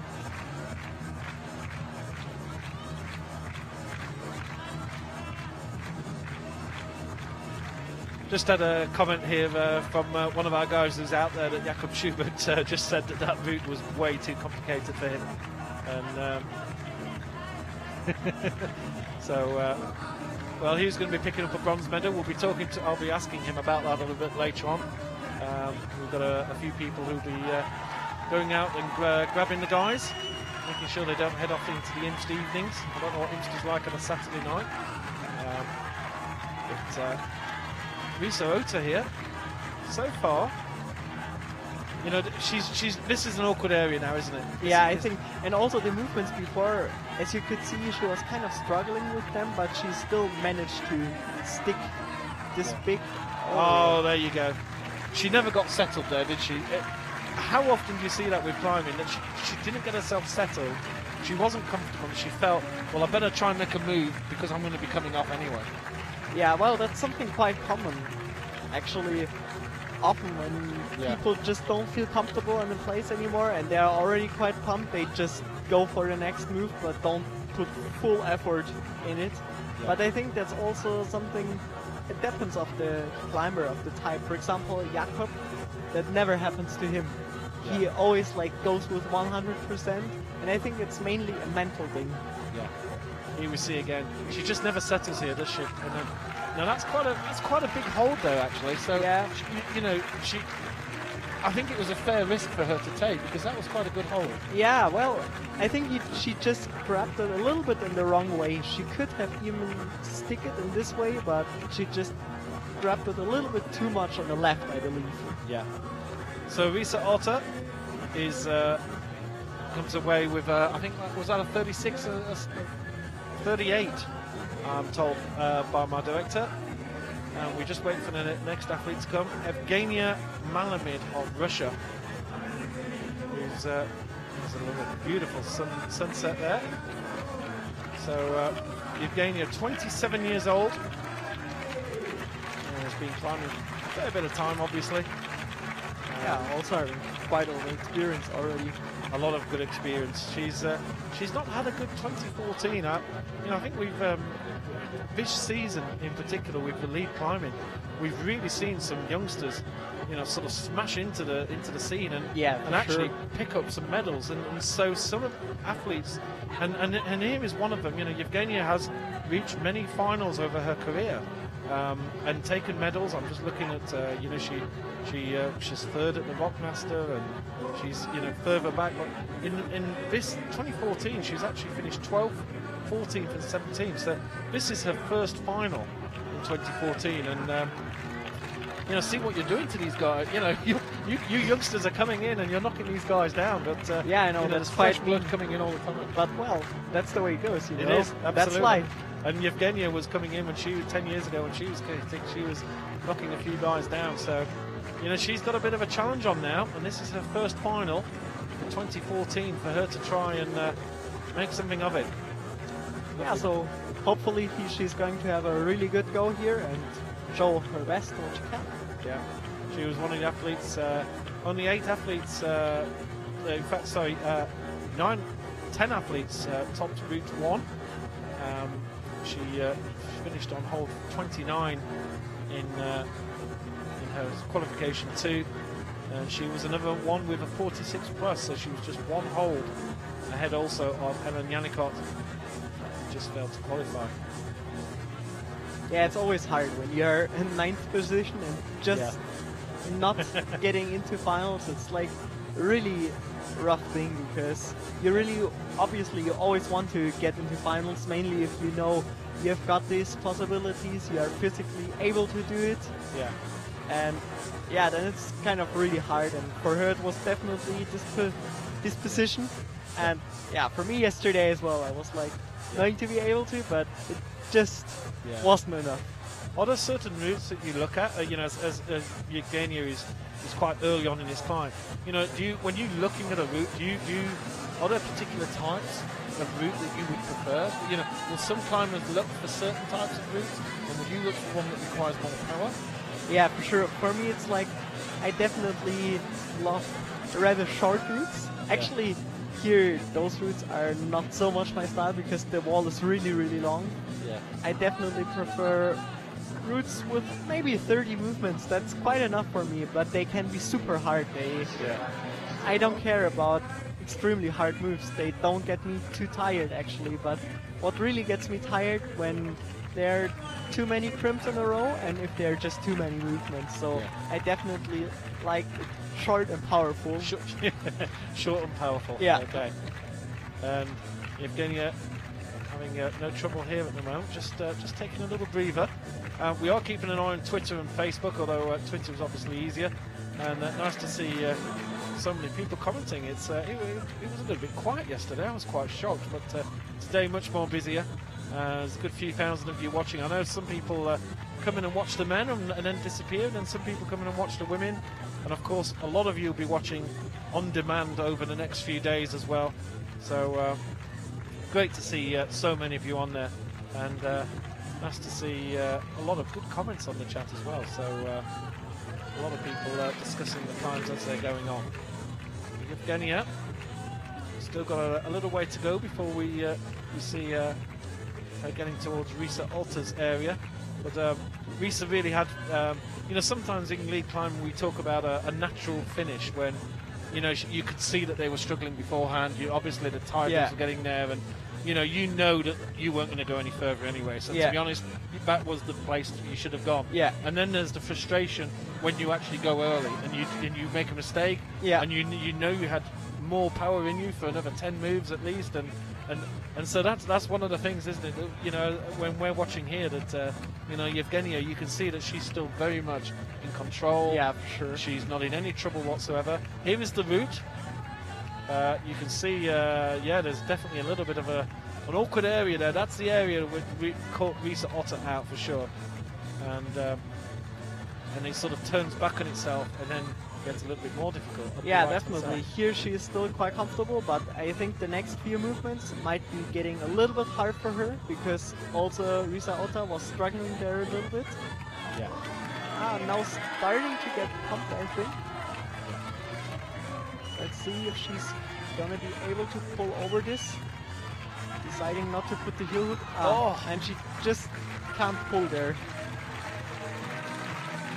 Yeah, I think this is kind of hard to pull from this kind of a little bit blocky position because it seems for me that the left hold is not too good and you have to put up your right foot pretty high, and then the next move you need to do it like kind of static because you can't do it fast or dynamic, otherwise you would probably drop off the wall.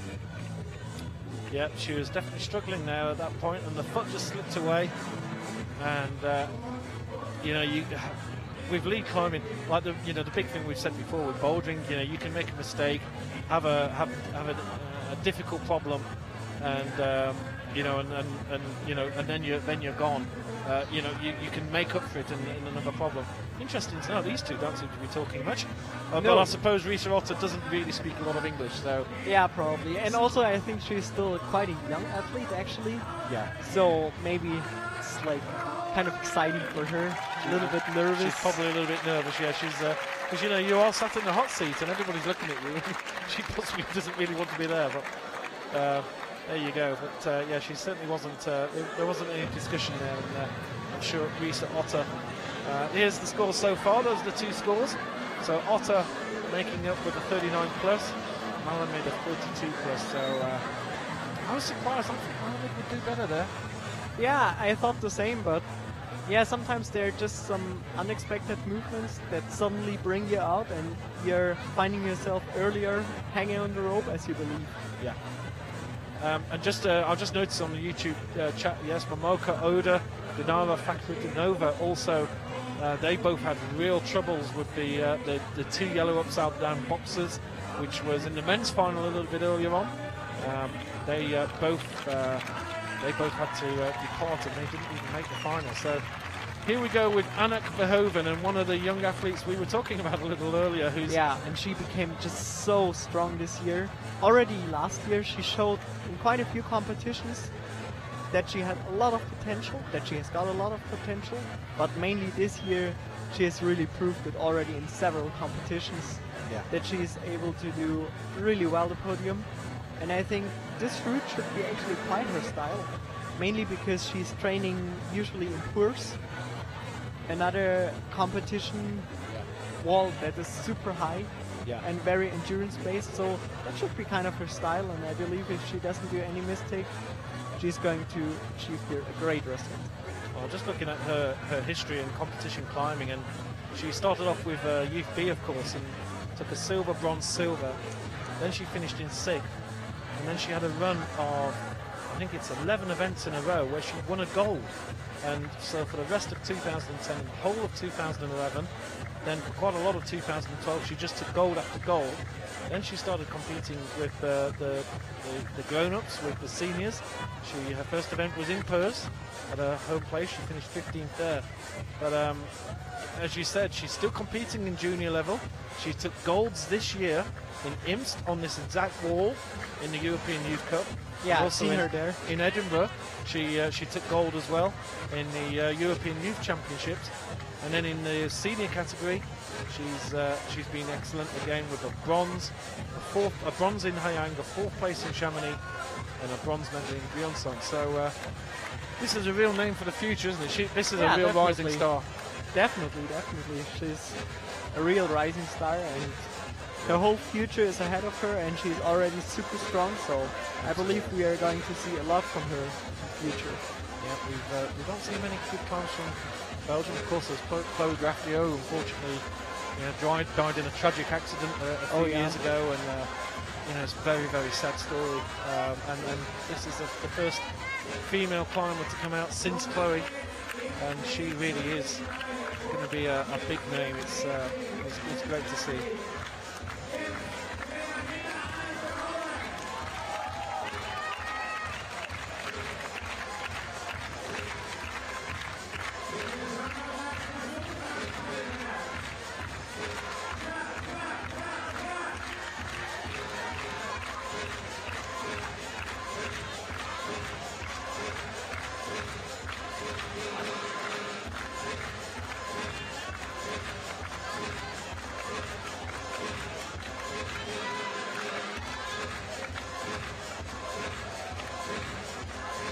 Just been told by one of the more elderly people around the scene here that there's a lady called Muriel Sarkany who won the World Championships in '99 and many World Cups in that early 2000 era. Thank you, Mr. Alderson, for that little comment.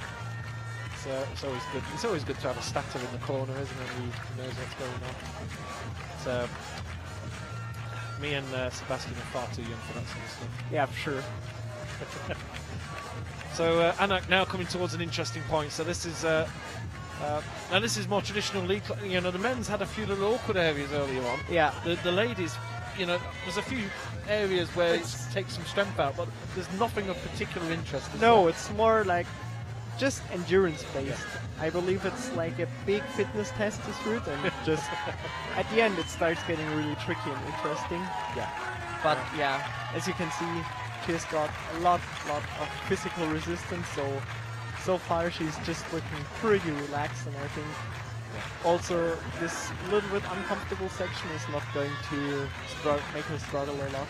No, well, Anak has already just moved ahead of Yevgenia Malamid. And you see, Malamid stopped at 32 plus. I do love this graphic, I'd leave it on all the time, but it's nice to see what the climbers are doing as well. And there you see now this is the area where we saw problems for Ota, and she's still looking so relaxed here. As you can see, she's just shaking out, still has the ability to wait, to watch out a little bit what she's going to do. So here you can see this kind of physical difference between them. So I hope now she's not going to do any mistake here. Yep. I think it's kind of uncomfortable. Oh, a really good solution with this kind of knee bar. Beautiful. Yeah, really beautiful. Absolutely wonderful. And I think we are going to see her maybe shaking here a little bit. Yep. And she's going to take the option. Oh, she's going backwards. She's going to have a little look. So this is a perfect example. You know, Risa Otter, she came to a natural end here. She'd run out of energy and she was gone. But Anna has still got plenty to give. And yeah, she's still so strong here. She doesn't look actually pumped at all. Yeah. Taking her time to rest in order to be fresh and full of steam for those next upcoming, probably quite harder movements. Yep, it's still a world of pain here from what Paul said on his setting. These ladies are not getting let off. They've gone through this area. Annick de Hoven's currently in gold medal position. Beautiful little close-up there of that particular hold. Should shake that. That's Shake quite out painful now. there because it's unnaturally wide, isn't it? And I think, yeah, now it starts getting hard. I hope she's going to go for it. Yeah. Not too slow. And Here we go. Big jump. I think if she had gone just on the first try, Yeah. that she started moving, she would have still get to stick it. But there was a little hesitation here. I think she just didn't want to fall there. Yeah. No, you just felt that she was struggling. I think that, you know, that particular hold as well, her hand was much wider than, you know, she wasn't able to really sort of get a good grip of it, and you know, it was taking a lot out of her. And she's shaking her head a little bit, but she's in the, there you go, there's that hold, you know, it's just a fun hold, isn't it, that's keeping her up. And Yeah, for sure. And I think this is like a position where you really have to move forward fast. Otherwise, you just lose your energy and you cannot really go for the movement anymore. yeah. And there you can see her hand also just slipped away. I think maybe without this hand slip, she still could have reached May have the just next reached it, hold. yeah. But well, those things can happen. And was a good effort too. Okay, well, Risa Otter just explaining using the international language of climbing. Yeah, that's for sure the that's what international happened. climbing language. Yeah, this is what I did, this is where I fell. I was going to mention earlier on, that 30 up there, I didn't finish the sentence, but Helmut's son, who's called Andy, had his 30th birthday, and he apparently, for his 30th birthday present, wanted some holds, and so they decided to put them up the wall, and they've told him that he's got to go and get them. But you can't get the crane up in that area, it's at the top of the speed climbing. So he's got an expedition up there to go and collect his hold. Now, here comes our next climber. Yeah, not that small child. It's Delaney Miller. And the United States, you know, we've seen a range of good climbs coming out of the USA of late. And we've seen it in mainly bouldering. lately. Yeah, the ladies climbing have really you know, really stepped up to the plate to use an Americanism there as well. And Delaney herself, we remember Mascarenas in Vale doing that superbly. A range of Americans qualifying for the final in Vale and the bouldering. And here is Delaney Miller mixing it in with the big girls. And let's see what she's got to offer. We had a roommate in commentary, Michaela, who was giving us a little bit of a account and saying it was going to be a shame because she'd have an early night last night. Hopefully she's up for this one.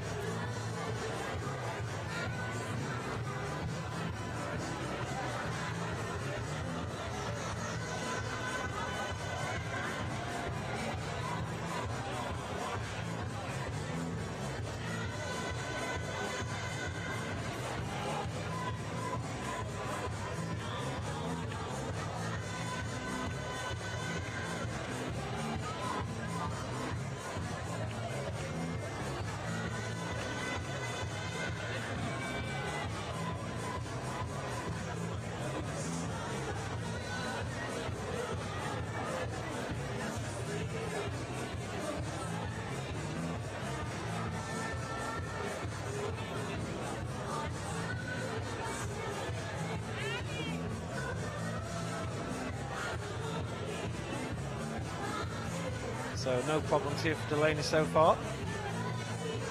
And as you can see also here, the athletes, they're having many different styles of climbing. For example, her, she's very, very slow and static, and every single movement is super precise, but very, very slow. Yeah. And I think this route should be also quite her style actually, because it's pretty endurance based, but I'm hoping that mainly on the little bit more risky move. There, for example, on the roof where Risa Otta fell, that this is not going to cause her too much troubles, because there you just kind of need to go for it. Yeah. Very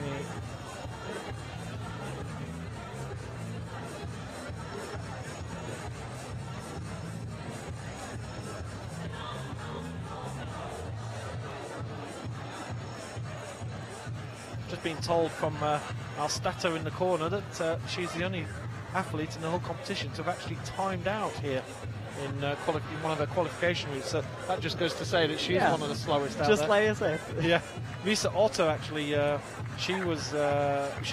when she came off, she only had a minute left, so she climbed also fairly slowly herself. So she was never going to be getting close to the top, even if she did carry on. Delaney Miller, 19 years old, from Frisco, and of course, for the Americans, it's hard, just as we've seen with a lot of Asians. So it's hard to be travelling to so many of your events in Europe. Like, you're great, you live in Germany, you're in the middle of it all, you can fly all everywhere. Yeah, sure. Well, for us, the Asian competitions are kind of a hard time, because you're all the time traveling, and for us it's like, everything like kind of uncommon there. Yeah. But it's a really cool experience, I guess. I mean, for me, this year is going to be the first year ever that I will be able to go to Asia, and I'm so much looking forward for that. Fantastic. And the Asia Tour in October, 3 weeks in Asia. What are you gonna what are you gonna do in between the events? Do you get a chance to climb at all? Yeah, for sure. I will train in between. Like, for example, we're going to stay for sure in Korea after the World Cup, and I don't know, I'm not going to travel home in between, because they're just far too expensive. It's far too expensive, and also with the jet lag you never could deal with that. But will you manage to find a local gym where you can do a bit of climbing? And yeah, for sure. Well, we're still kind of searching and organizing, but definitely we have already got some places to go. For example, also in Japan, the great climbing gym from Yuji Hirayama. Great. So there are a lot of possibilities.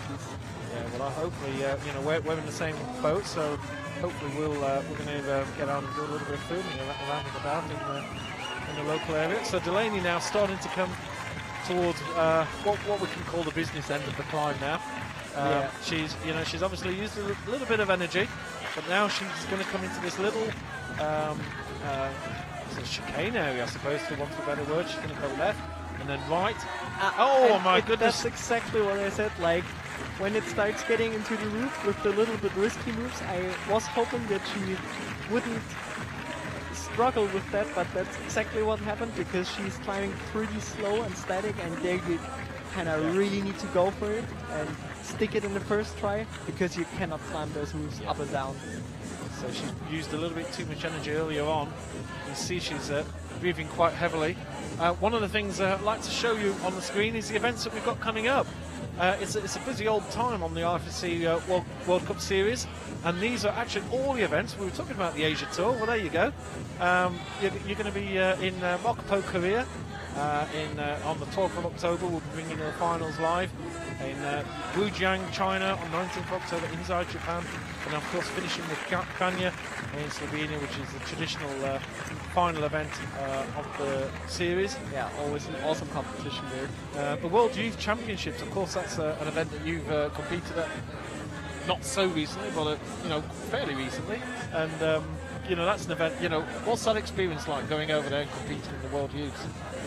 Yeah, well, it's like World Youth Championships are always something really special. I mean, for me, this year is the first year that I'm going to do almost all of the Lead World Cups. But before, when I did mostly youth, that was like the most important competition for me. And I was always so psyched going to the World Youth Championships. And actually, it's true, I have been already in Asia, in Singapore in 2012. There were World Youth Championships, and there I actually also took the first place, so I should remember that. Fantastic. Well, I should know that, really, shouldn't I? So you're the reigning World Youth Champion. Yes. Yes, cool.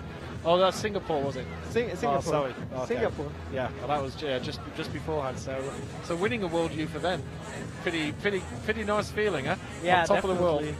Definitely. I mean, that's the reason why you're doing competitions, because you want to stand on top, and it's like Yeah. giving so much motivation and energy to keep training. And for me, I still remember like my first big event in Valence. Yeah. That was where I was competing, as I said before, against Domen, and there he was second and I was first, and it's like you never forget those moments. No, for sure. you never. Yeah. You put one over him one day, so I'm sure you keep reminding him about that from time to time. So here's Jessica Pils of Austria, another youngster, 17 years old, from Hague, and she's still competing in the European Youth Cup. In fact, her last event just a couple of weeks ago, she was in L'Argentière in France, where she finished in 8th place in the boulders. So she likes doing some of the bouldering on the youth circuit. But she's competing in the lead with the seniors. Not actually made a final yet. She didn't go to Hayang, as many people don't, of course. It's a big long trip over there. But she did compete in Chamonix, finishing 10th, and Briançon 19. So this is her first final this season. In fact, at senior level, she made a final here last year. Yeah. In Imst, she finished 7th. Yeah, it was also pretty strong. I still remember that. I think for sure it's quite exciting for her. Yeah. Being in finals the second time in front of her home crowd. Yeah. Her first ever event was Imst 2012, where she finished in 21st. So this is obviously a local event for her. Yeah, for sure.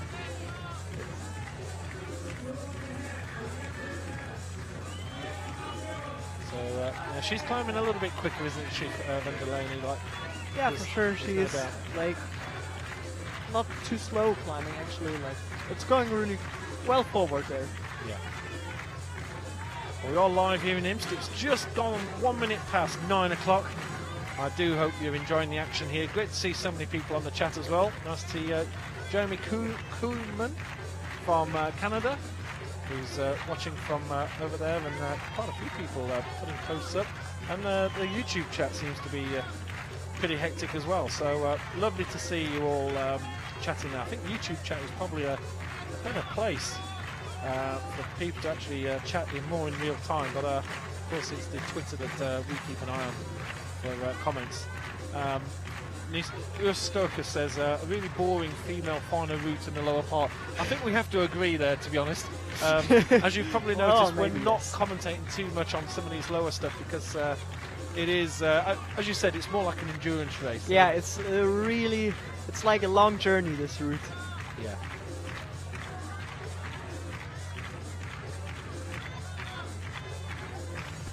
Well, just to keep you excited with different stats, this is the highest wall on the circuit, 22 metres And 14 meters overhang. tall and 14 metres overhang. Wow, that's some overhang. Oh yeah. There's You kind walls of on gotta feel it, you know. When you're hanging on the wall, you really feel those 22 meters of height and 14 meters overhang. Oh dear. It's like quite pumpy.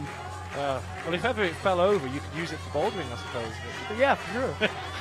Not a bad idea. 14 metres high is pretty good going. In fact, another 2 metres, you could have a speed wall there as well. And Jessica starting to come towards this awkward area now. She's doing pretty well. We didn't go through, when we're looking at the future events coming up, we didn't look at some of the top ones, but of course we do have some World Championships coming up in Munich, Gijón in Spain, and of course there's the World Youths, which we did mention in Namia in New Caledonia, which is, for those of you who don't know, is a French colony, which is near, you knew the word in your journal. I was searching for the word, but a French colony just down in the South Pacific. Still a 3-hour flight, I'm told, from Australia, so not close to Australia, but pretty much close to what we're looking at. There's nothing else nearby. It's like in the middle of nowhere. Yeah. Well, here we go now. So this is, here we go, we're into the chicane. So Jessica has just gone past where Delaney went. Delaney failed to make that left-hand reach into this particular hold. And she's also still looking pretty strong there. As you can see, she's resting there. Absolutely, totally agree. And great to see so many knowledgeable people on the chat rooms as well, on YouTube, etc. Really clever heel hook there. Yeah, this is an awkward one. This is where Alta went. So Jessica now in second place. Now she's having a little bit of awkwardness. And now I think now she will try to do what the route setter said with the big turning around. Yeah. Facing the crowd eventually. But first of all, she's going to rest here. Yeah, nobody's done that yet, have they? They've all, this is the route setter is expecting that they're going to turn around and face the audience. Nobody has actually done that yet. They're all sort of insisting on facing into the wall, and of course everybody's had problems. And Anneke Verhoeven, who's the only one who's now ahead of Jessica Fields, she came off fairly quickly, and Jessica's having a similar issue now. She's getting a bit tied up. Oh, come on, Jessica! Is she going to turn over? She may well do. I think she's just going to keep straight in the wall. Yeah, she's going for straight. And she's done it. She's held there. She's still looking good now, getting quite pumped, but let's see if she finds a solution. Going to do the next movement, putting the heel hook. Yeah. And now it's getting hard. Oh wow, my goodness. She still could stick it. She's held it. And if she goes for the plus, she should be. And yeah, this is it. Oh! Now with that, she's ahead of Anneke Verhoeven actually. I believe she is. I think with a 44 plus, that will put her in first place on countback.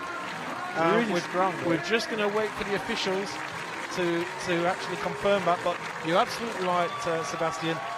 I think that she's done exactly the same as Anneke Verhoeven, and that means on countback, Jessica will have gold medal, provided we don't see anything from the next three. And we have three pretty decent climbers coming up, isn't there? Magdalena Rock, Mina Markovic, and Kim Jae-in. They're not bad. No, for sure. And there you go, a bit of a hug. That's lovely to see. Yeah, that's really nice. So here we go. This is now she didn't spend as long on this area as Anneke Verhoeven. So yeah, I think she was also already a lot more tired there. But I think that's the reason why she didn't spend so long there, because she knew she didn't have to waste anything anymore. She was like really out of steam, and that's the natural point for her of falling, as you mentioned it before. So yeah, she kind of knew, okay, I haven't got to lose anything anymore, I'm gonna go for a plus. Yeah. And that's what put her in first place. So Jessica Pills comes to her natural end there. There was, she's not going away frustrated. She's happy as she came down. Yeah, it's really strong. And I believe that she has, she's still sitting there having a little chat with Anneke Verhoeven, but Anneke is packing her bag. As you see, night time is setting here. Beautiful shot of the moon in the distance. And here comes Magdalena Wirk of Austria. And very strong Austrian climber. Has increased a lot of fitness, mainly this year, but mainly she's got now a very good head. And last year I remember she had some kind of hard competitions because she was already very fit, but sometimes she just got to struggle on some weird positions. She kind of got nervous and she just fell, and those things can be really tiresome in the mental way.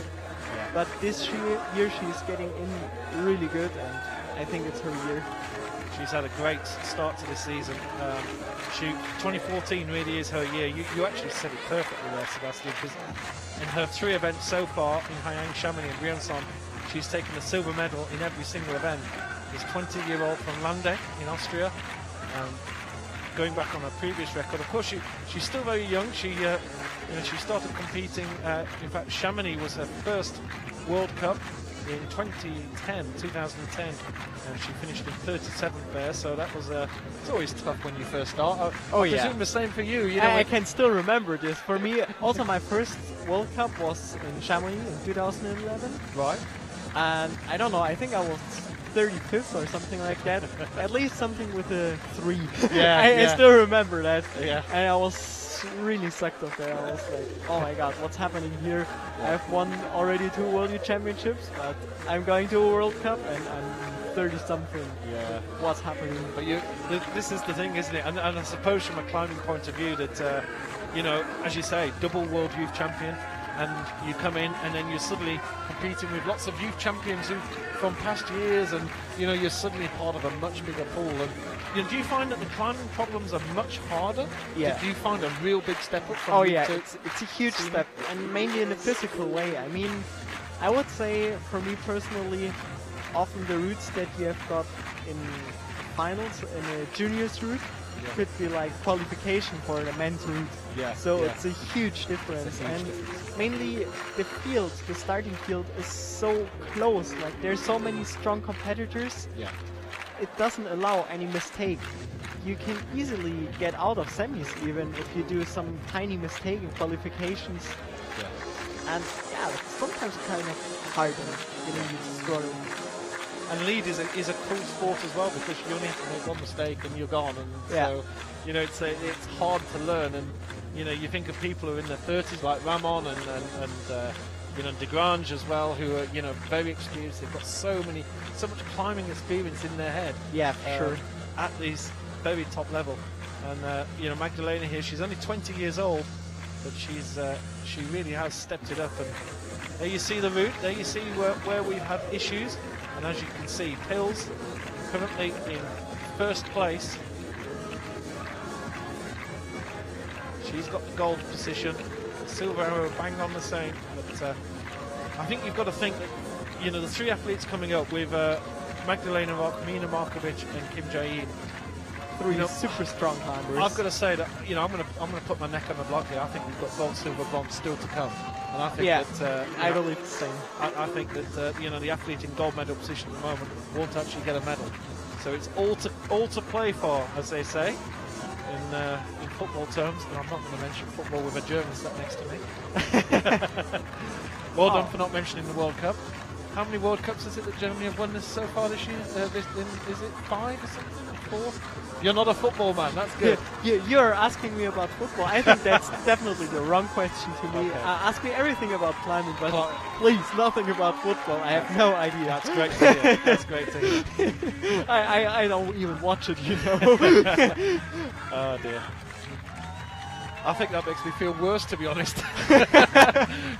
Oh dear. So Magdalena, right here this is the area where Delaney had trouble, but and as you say, you know, Delaney she came to a natural end at this point, but Yeah. Magdalena has just completely gone straight through there. Yeah, she's looking still so strong, not pumped at all. Yeah. And this is the area, so this is where we now sit on the edges of our seats. So having had a little chat, and you know, as it said on the chat earlier, a little bit, not climbing's ever boring, but certainly not an area where we're ever anticipating somebody to come off. But this is the area where people have had issues. So this is Risa Otter had problems here. And as you can see here, she is, I think, fresher than all of the other climbers that came to this point, because she's still able to relax there and check out even like which holds to take next. So Yeah. it's looking really good. Glad you're enjoying the music there. We've got a pretty ravey DJ in the background who's giving us some good tunes. It's always great having good music in the Yeah, background. for sure. I mean, that's also for the competitor, it's awesome. Yeah. Like, whoa, that was a really risky move here, but she managed to do it good. Yeah. Now this is an area which is given people.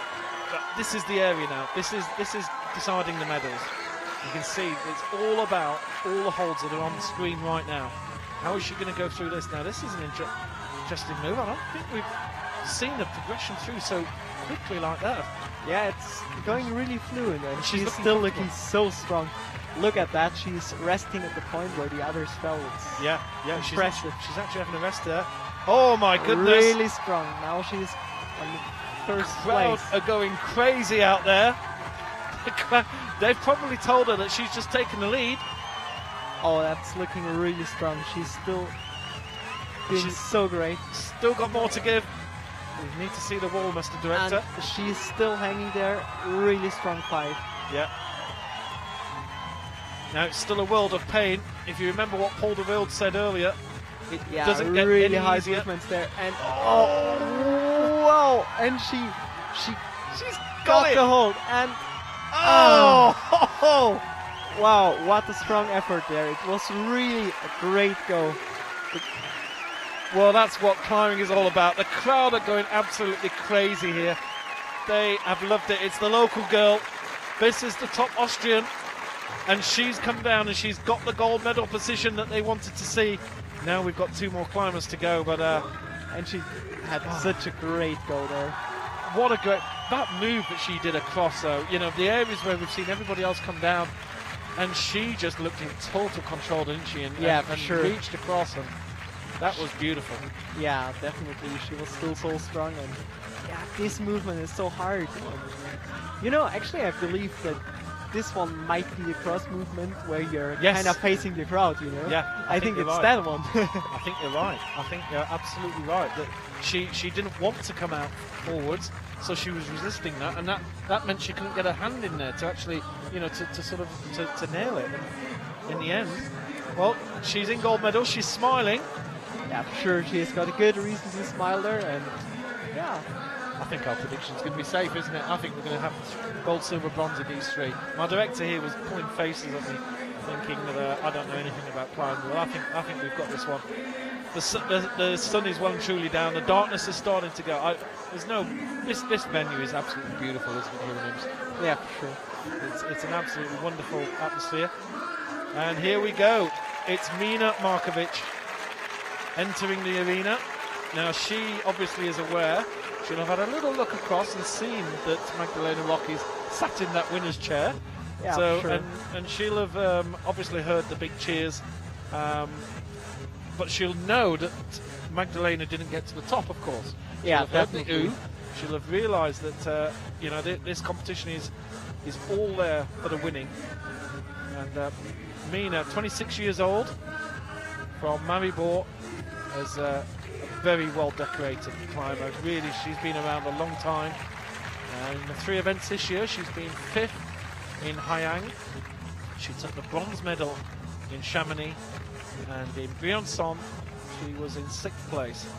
But of course, Briançon was an awkward event because, of course, the Yeah, it was because all the decided finals in the had to be semi-finals. Yeah. cancelled. That's kind of mean, but Yeah. yeah, those things can happen. Well, you know, the athletes all knew in advance that there was a good chance that we were going to have some terrible weather, Yeah. and that the final could well be cancelled. So I suppose at least they were warned in advance to give their all in the semi-finals, and that's what we saw. Mina is one of those athletes who does a bit of bouldering as well. She reached the final in Baku this year, finishing 5th. She was just on the bubble, just missed outside in Grindelwald in Switzerland, and was 39th in Innsbruck. Didn't have such a good event in Innsbruck. Didn't quite make the semi-final stage. So Mina is one of those few athletes who does like bouldering and lead, which means that when it comes to the overall World Cup standings, she's usually competing pretty heavily with the rest of them. And in the last years, she has won a lot of competitions actually. Mainly last year she was battling in all the comps. She was. With Jane Kim, and it was always like really, it was like face to face all the time, and they were almost all the time like right in the same position, like. And every single goal was really important, even from the qualifications, because it was often really coming back to count back for them, and they were just so close. It was really exciting to watch their race. Actually, it was like a kind of race between them. I'm just having a look at her record in 2013. She won the silver medal in the European Bouldering Championship, so that's not bad going. And then after that, the lead season started. She was 2nd in Perth, 4th in Perm in Russia. She won in Mokpo and Wujiang. She was 2nd place in Valence and 3rd in Kranya. So, as you say, she had an absolutely brilliant 2013. And this year, here she is. She's pretty much... she's going to be confident of getting a medal, I would imagine. I feel confident she's got a good chance. There you see, she's still got a long way to go. There's that But little... she's climbing pretty fast here and really fluent, like with a lot of confidence. I think she's pretty sure about herself. Yeah. That's one important point for an athlete. You really need this kind of confidence. Like if you know you can do it, it's important that it doesn't pressure you, but you need to take like the confidence of this, like, okay, I can do it, and I'm gonna show here what I can. And I think that's a really good thing what we can see here from her, because she has already won a lot of competitions, and she's obviously got the pressure that everybody is expecting her to do a great result, but I think she managed to handle with this quite good and turns it into a positive way, and I think that's really important for a competitor. Well, Mina's starting to just come up to this little area now where we're going to see a little bit more interest.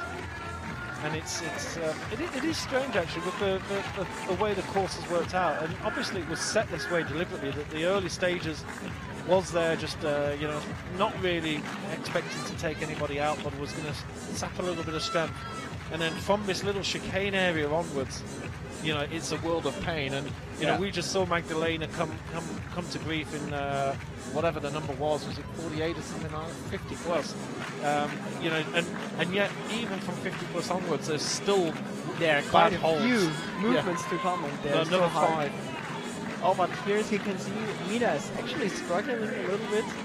I think it's like a little bit uncomfortable movements, and we have also seen that last year in the years before. Sometimes in uncomfortable movements she's hesitating and she just doesn't want to risk too much, because she has got a lot of strength, mainly a lot of endurance, so she's just took a little bit of time there, didn't she? And she might pay for that a little bit later when she gets up to the top area of the wall. That little delay might just hurt her. We will see. Magdalena actually was very fast. She still had 2 minutes on the clock when she fell.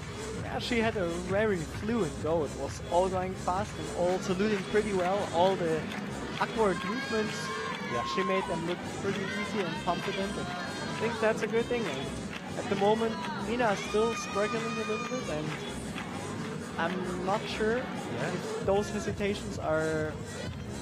Yeah, you're right. I think she's going to pay for them, for sure, as you said. Absolutely. She's hesitating here. She wasn't sure how to handle that particular problem.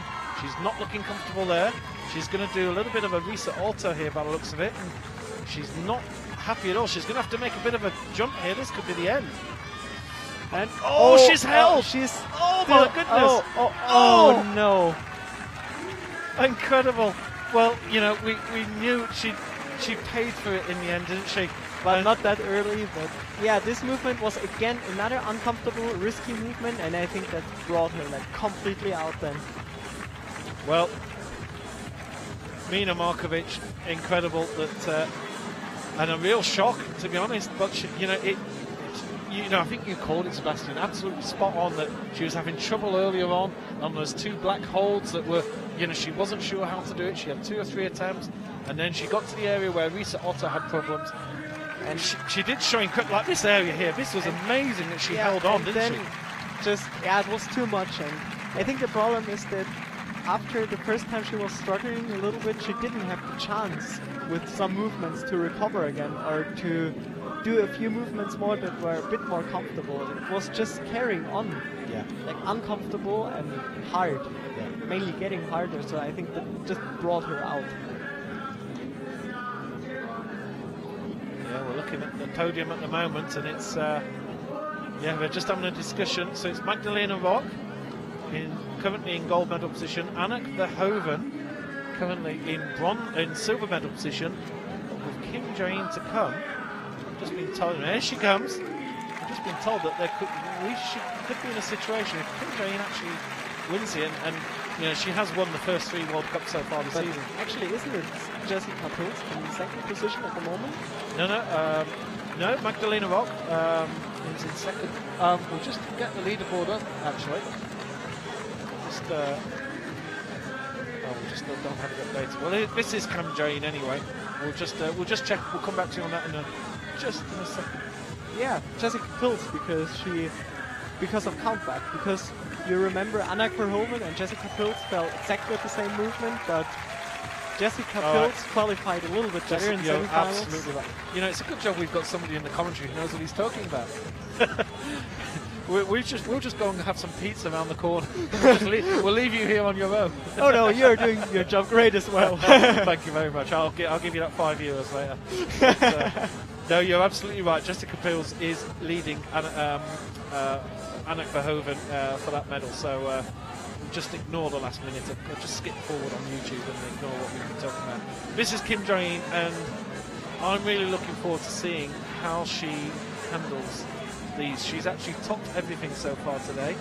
She's the only person to have topped all the way through. And in the female category, of course, Jakob Schubert had topped until he came to grief a little bit earlier on. And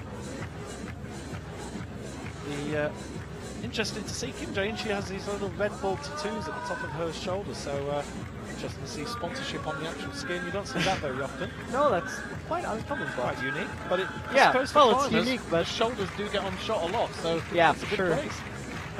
Well, and like the unique style for a unique climber, I guess. Yeah, I hope they're not permanent tattoos, because if that sponsorship ends, it's going to be very painful. Oh yeah, for sure.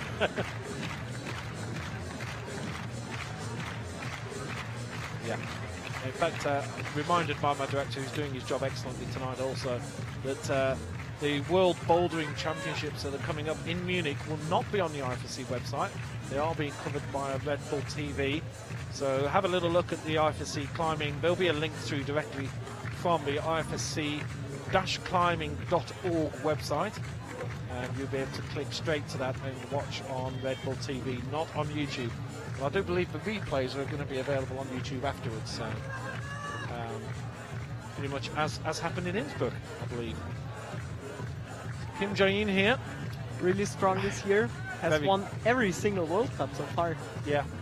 This year. Isn't it amazing as well? Because Kim Jong-in's, she's not a, as we've seen us also with Akira Noguchi, not incredibly strong muscle-wise, and she's an Asian athlete, and they have much more grace about them, but still have got the strength in there because they pull those bodies up like no trouble at all. Yeah, for sure. But I would say that Jane Kim still has got a pretty wide age index. Yeah, that's for sure. Yeah. No, and mainly she has got an incredible endurance. She's able to rest and wait so long everywhere, and she just makes every movement look so easy. It's incredible, and I think, at the moment she looks like quite unbeatable. I'm really curious how she's going to do in this route, but it wouldn't surprise me if she takes again the gold medal. Absolutely, and and it is like poetry watching her. She's just in her office. She's doing her job. She's just. But the way that she moves, it's almost like an art form sometimes to see her climbing. She's not struggling against the wall. No. It's really nice to watch her, and sometimes it really seems unhuman if you compare it with the other climbers that are struggling in some places, and she just climbs over it so fluent and relaxed. And she's training like a beast, as I know. Yeah. Yeah, of course, we only see you guys competing.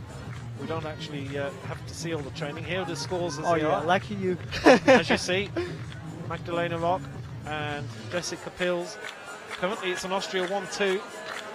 But watch out, because here is Kim Jong-in, currently and undoubtedly the form athlete on the tour. And looking very, very strong. Very strong, in fact. She's looking like still warming up in this route. It's incredible.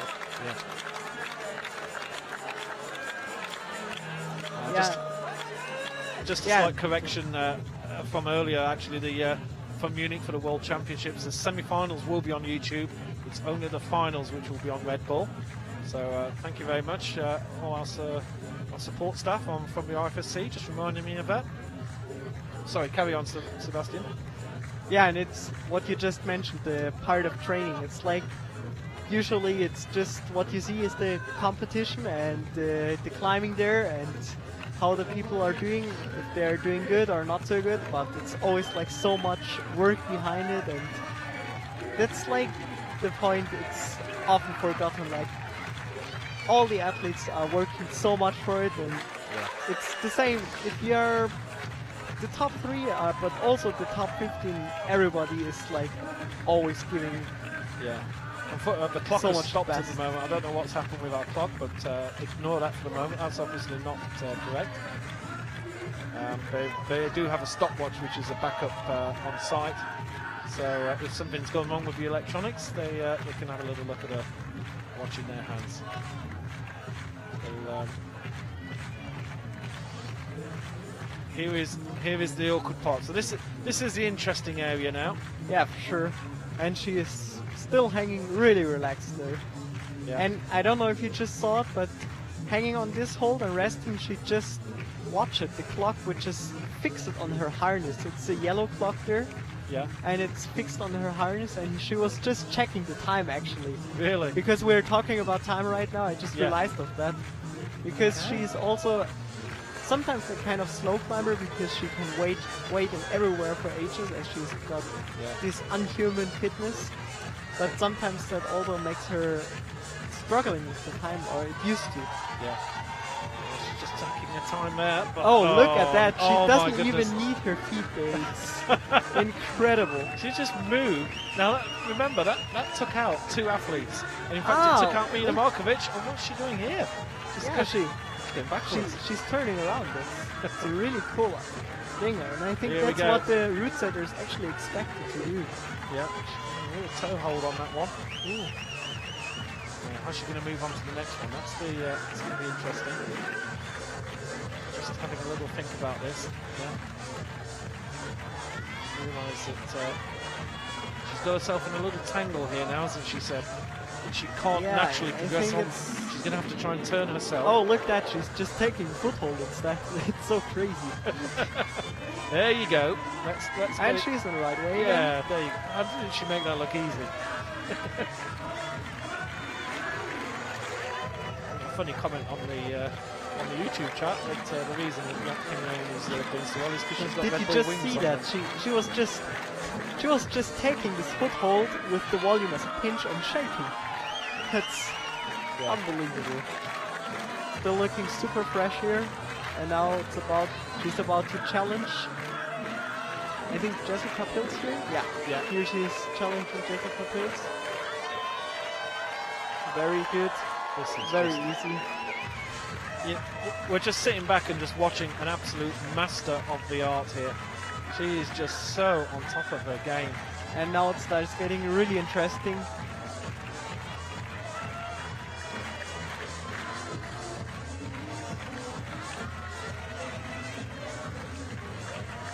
Oh, Just hearing she's having trouble on the clock. I'm hearing there's only She 10, has 10 just seconds or 10 so left. seconds left. So she's going to have to go quickly. I don't know what number she's on at the moment. Clock is counting. I really apologise that Yeah. I don't know what hold she's on at the moment. She's not 43. But she's further than. Yeah, I'm sure she's gone further there. I think something's gone wrong with the electronic system where, yeah, they're updating it now. I don't know why we didn't have it on screen. Well, I believe that she's won this event. Yeah. Looks like. We didn't see anybody reach that point, so No. the electronics have caught up. But she's done an absolutely incredible move there. She got to those 2 circular holds which nobody else has got to. Yeah, it was really strong effort from her. Yeah. And I believe she still could have climbed quite a few movements further, but She ran out of time. Just incredible. So we're just going to wait and see. It's all down to the officials. We're not sure. We're not 100% sure yet. It's very, very close between Kim Jae-in and Magdalena Roth. We will find out very soon. The crowd are applauding. And I believe the officials are gone for Magdalena Roth by the looks of it. Wow, that's incredible. It's Magdalena, and this time really strong. We're not getting a lot of information through from upstairs. We're a little bit away, so we're not able, but let's have a listen.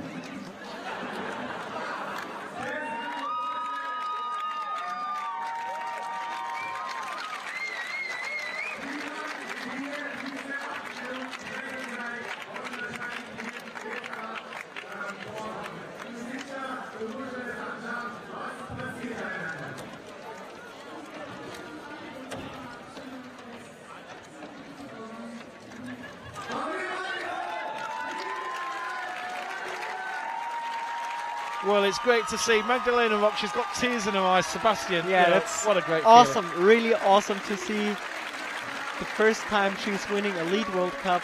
Yeah. That's beautiful to see. In a home country, in a home event. Here we see Kim Jae-in. We're just we're going to get the official scores through in a second, but I didn't realise, and obviously the clock disappearing. It was a shame, but we lost the clock on screen. But you know, obviously she was having time issues, and I didn't realise that. She didn't seem to be going slowly. No, it didn't look like that, but I think the thing is also that for her it always looks so relaxed that you don't really realize of the time. You kind of forget to think about the time. Yeah. I think maybe we just got all entrapped with her ability, and probably the fact that she was like silk going up there. That's the confirmation. There is the official scores. 50 plus for Magdalena Rock. She takes the gold. Kim Jae-in of 49 and Jessica Pils of 44 plus, winning on countback over Annette Verhoeven. What an incredible ending there, and really strong. Kim Jae-in having time trouble. That is quite incredible. But she's going to take a silver here today. And that's what I just mentioned before about the time, you know. That's why she's wearing the clock on her harness in order to not time out. But, well, this time it happened. And I guess it's just such a long route that it can happen. Yeah, well, absolutely. She has won so many competitions, so I guess it's also okay if someone else wants to win. Yeah, absolutely. Well, we are going to be getting the presentations through. There's the official scores coming through. As you see, Magdalena Rock, Kim Jae-in, Jessica Pils are gold, silver and bronze for tonight. It's been an absolutely fantastic evening. Sebastian, I've got to thank you for coming in. You've made my day. It's been great listening to you and your knowledge about the sport. You know, thank you very much indeed. It was really nice to be commentating here with you. Well, it's lovely to see you on the wall in your very distinctive red Mohican.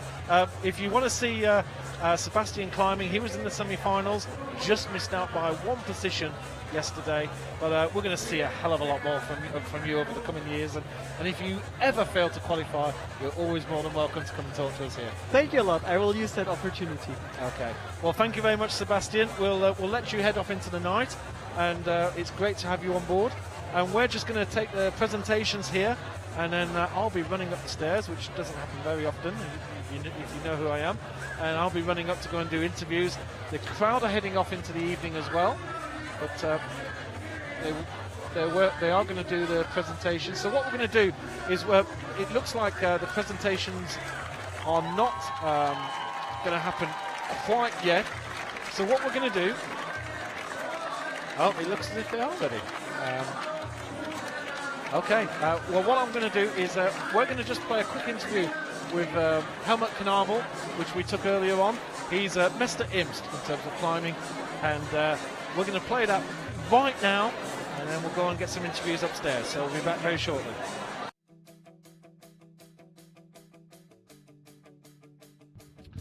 Helmut Knavel, it's a great pleasure to be here in Imst, in your hometown.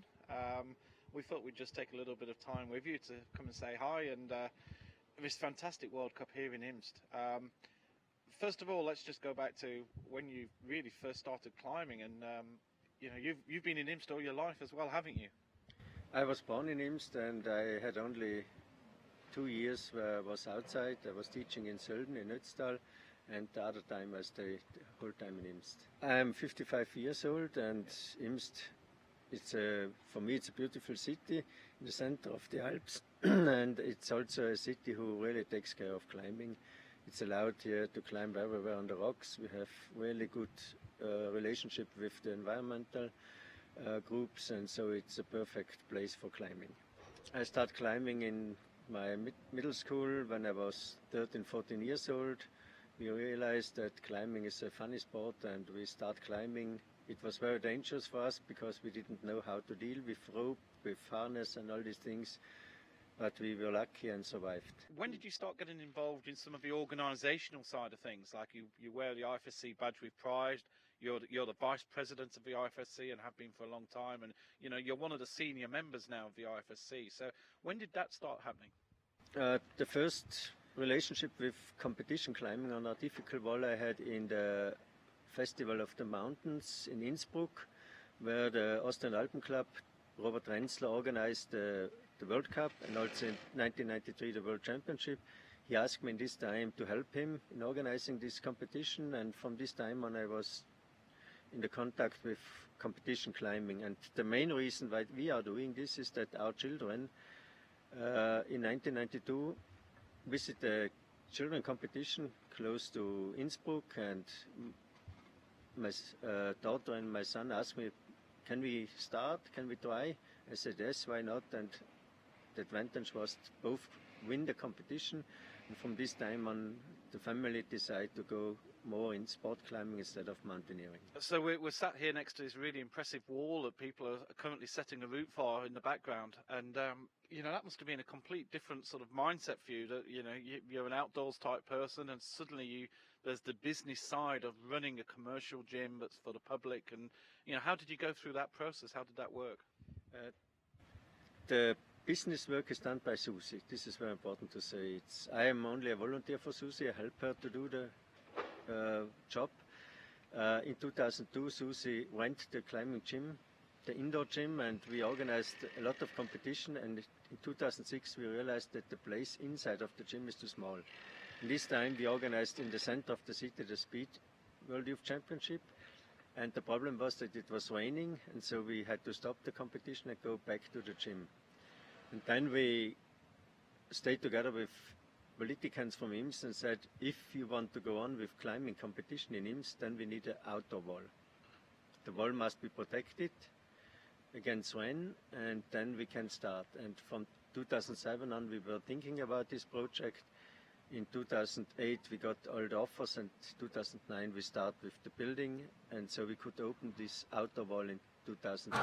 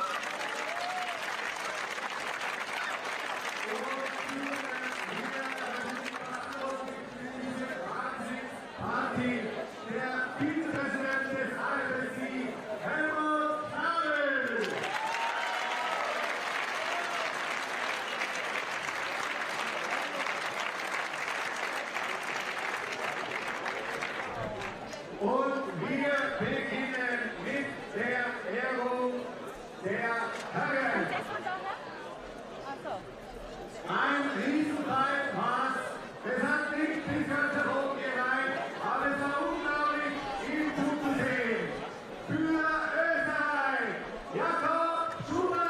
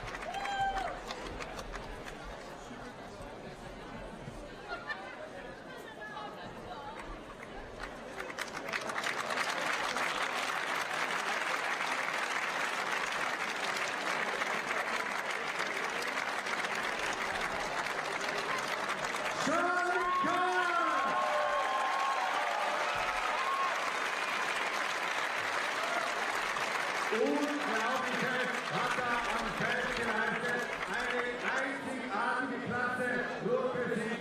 Dann hat nicht wirklich funktioniert bei den ersten Weltcups in China und Frankreich.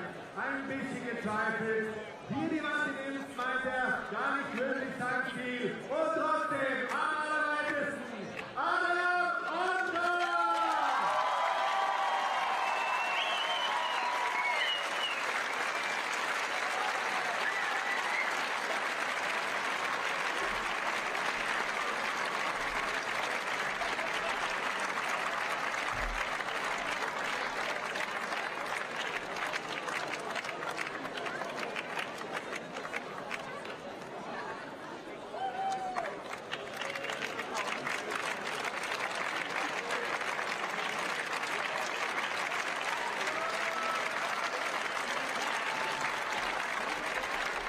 Der Gewinner des Weltcups 2014 ist aus Tschechien, Adam Otto!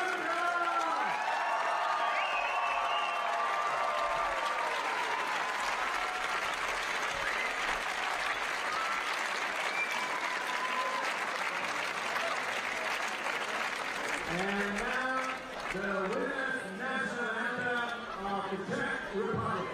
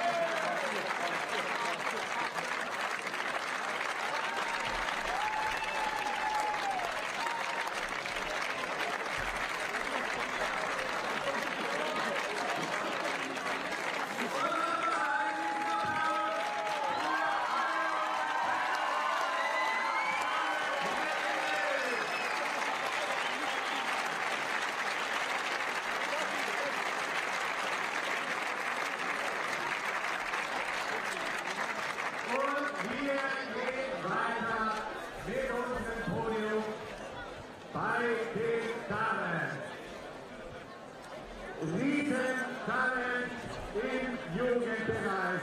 Schnuppert eigentlich in die Weltcup hinein. Und dann wird ein dritter Platz beim Heimweltcup für Jessica Hill.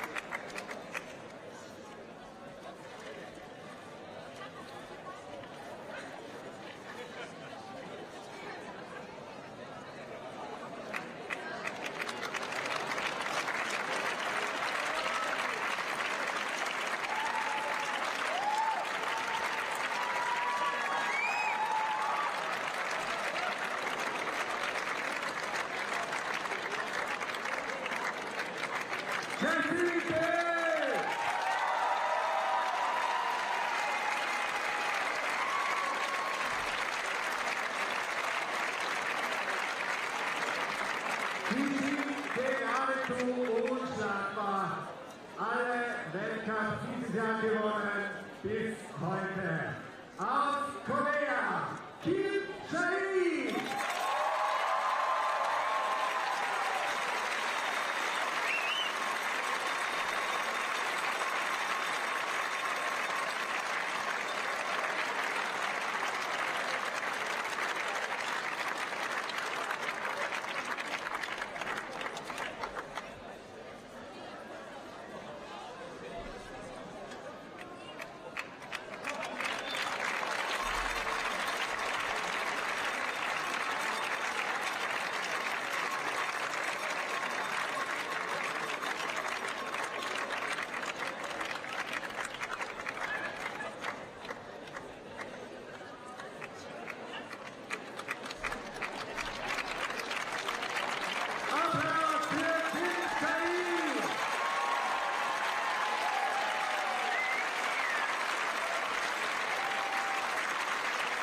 So, und fest hat sie gewartet dieses Jahr.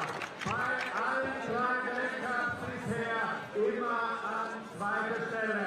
Aber sie hat sich gut eingereicht für den Heimweltcup.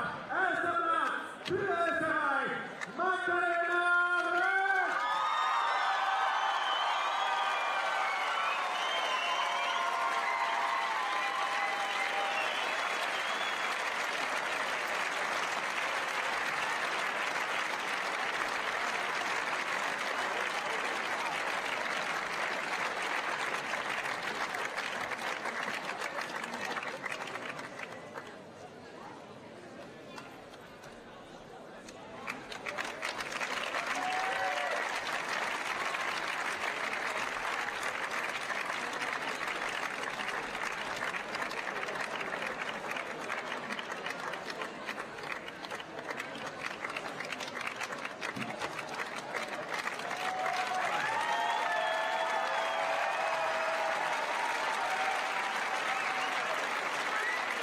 Die Gewinnerin des Lead Cup 2015 ist Maggie Röth.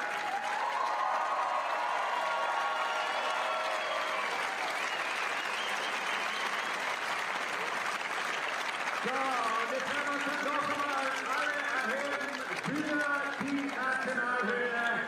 Der Gewinnerin für die Hymne aus Österreich.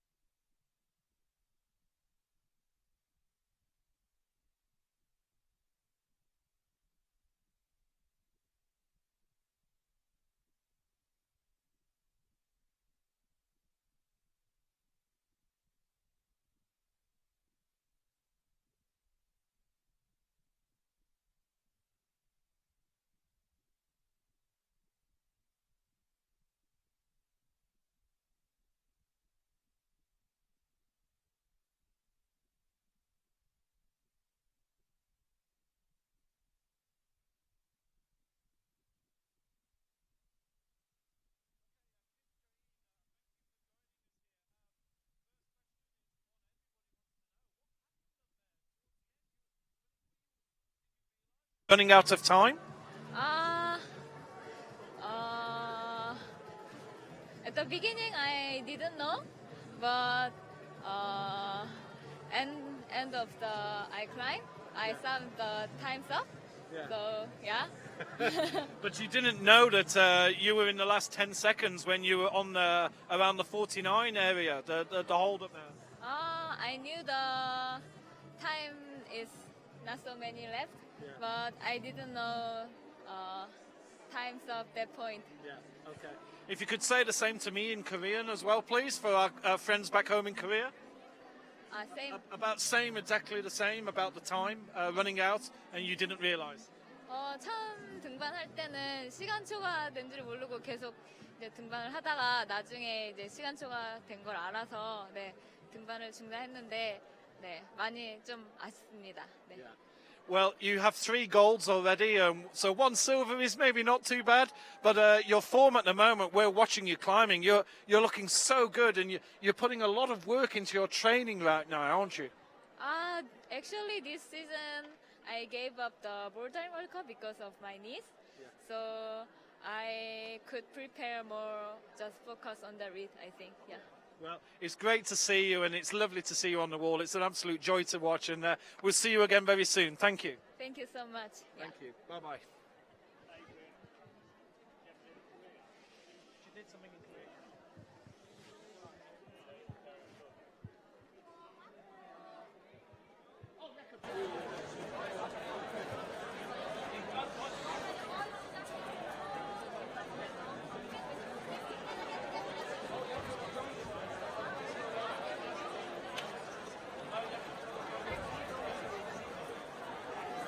It was great. Climbing in front of a home crowd is always amazing. 3rd place in the end, 4th World Cup of the season, 4th podium. So I'm really happy about that. Still have to admit, I really wanted to win here today. Of course, I felt really good in semifinals and qualification rounds. I had 3 tops going into the finals, so I was really confident, and I think I feel really strong right now. But I messed up the route. I didn't really get into a flow. I feel like I couldn't really read the sequences well enough, and just took too much power before the roof, and I was really pumped going into the roof already, and I think I can be really happy with the 3rd place in the end. You know, you've just answered 3 of my questions in one there, so well done on that one. But we were saying in commentary that, you know, we thought you'd be really frustrated because we felt that you had so much more to give, and that you went at a point having sort of approached it possibly the wrong way. Is that what you were feeling, that you still had a lot of power left? No, I mean, when I fell in the end, I didn't have You were gone. I was really pumped, I think. But yeah, I mean, you can't really be really mad about a 3rd place at all, of course. But I was a little frustrated, to be honest, just because I know that I could have done better if I wouldn't have done some mistakes, in the bottom part. I think the problem was not how I climbed in the roof. That was fine.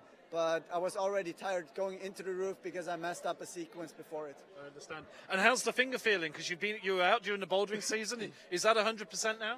I wouldn't call it 100%, but I feel really good now, and I'm really glad about the situation. I think every week I feel better, and since China, the development was and the progress was really good, and I felt like every single World Cup I feel stronger, and I was really happy with my performance in the previous rounds here, and I'm really confident going to the next comps. Well, if this is not you at 100%, then watch out, world, because you're climbing absolutely. You're at the top of your ability at the moment, aren't you? This is as good as I've ever seen you climbing. Yeah, I mean, it's always hard to say. You can't really prepare it to last seasons, but I feel really, really good now, and I think my finger is not really doing any problems anymore. I can climb I would have climbed without an injury. I just feel like maybe a little bit of pain once in a while, but I think that will be gone pretty soon. And I hope I can the shape can even get better until the World Championship. But I'm already pretty confident. Well, it's great that you've put Austria on the podium in the men's, and I've got to just ask you about the women's category. I know we're not supposed to say this, but it must have left you feeling really good to see 2 Austrians and 2 young Austrians on the podium in the women.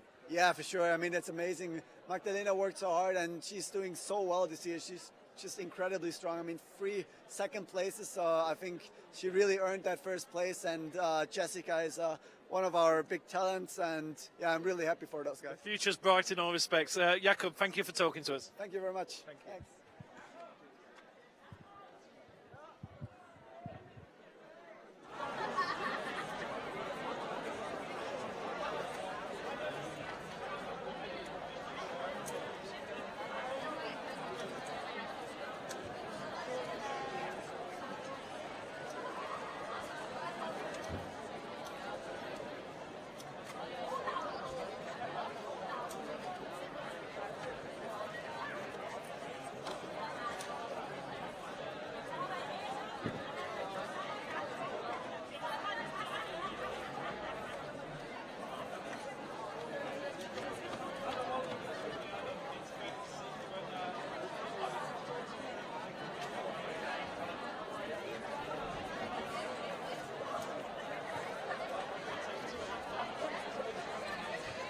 You will remember last time I spoke to you was 2010. You were a lot younger, you were a lot bigger, and you're a man now, of course.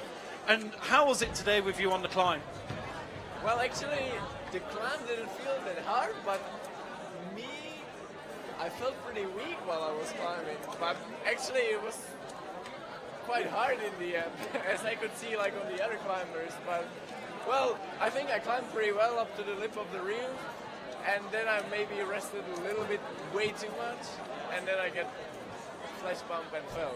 And when I fell, I didn't think that it would be enough for the victory, but Jakob and Ramon made some mistakes, so I'm pretty much like a lucky winner, I feel, but at the same time I feel that I can climb harder and I can be maybe even in a better shape. We were all disappointed in the commentary area because we were hoping that, you know, yourself or Jakob or Ramon were going to go up into that top area and we're going to see those. We never saw those problems up there. But you know, when you looked at it, you know, did you realise that little area, because I know the roof setter didn't actually, you know, his feeling was that wouldn't cause so many problems. What was it in that particular area that gave all the men an issue? Yeah, on the second blocks in the roof, there was quite, you should like flip around and put a toe hook, which is something that maybe it did come on someone's mind, but I think it looked just too risky. So. And that's the trouble with lead climbing, isn't it? That if you take a risk, it's all about minimising the risk, isn't it? Sometimes, and if you see a particular move that you think is too risky, you're going to go for the safe option at the end of the day. Yes, sometimes it's hard to gauge, and it's about fast decisions. Sometimes it's better to go for the risk. Sometimes it's better to play it safe. You never know. Personally, you must be thrilled. You've got a gold. We were saying when you came out, this season so far, by your standards, has been a little bit disappointing. You know, you've not even made a podium so far. What's going on, Adam? And so here you are now. You've got a gold. Do you feel that it's back to business and you're back to full? Well, I think I've been pretty strong, even on the first 3 comps this season. But in the semifinals in Lee, in China, my heel slipped. Then in Chamonix, I skipped the bolt in the qualification. And in Briançon, then the finals was cancelled. And in semifinals, it was like a weird move, and I did a little mistake. At the same time, I felt like I'm strong enough to do well, but it was like in any of the route I could really prove it. So. And that's the thing with lead, isn't it? It's such minor little differences that make the difference between gold and maybe sometimes not even qualifying for the final. So you've taken time out before and you've come back, and obviously the international climbing competitions are very, very strong. Well, what are your views over the rest of the season? Will you be competing in Gijón, and are you still doing bouldering as seriously as you were doing in the past? Well, I've never really taken bouldering that seriously, but well, you've not been doing bad if you say it's not serious. Yes, but for me, always lead has been like the king discipline, and it's really motivating for me to train for lead, because at the same time I feel that bouldering is even more about luck, and you can be pretty much lucky winner and you don't have to be the strongest at all. Nevertheless, I'm doing Munich for sure, the World Championships in bouldering, and I'm pretty psyched because it's something that it can make me like little bit emptier mind for the next for the World Championships in Lead in Gijón, if I will do well. And for the rest of the season, I will do just all the stages of the World Cup, and let's see what happens. Well, it's going to be great to see you at all these stages and this lovely smile that you're giving us. And I'm just amazed that you're not really taking bouldering that seriously, and yet you're competing at the very top level. So, Adam, it's great to see you. Congratulations and well done today. Thank you. Thank you very much. Right.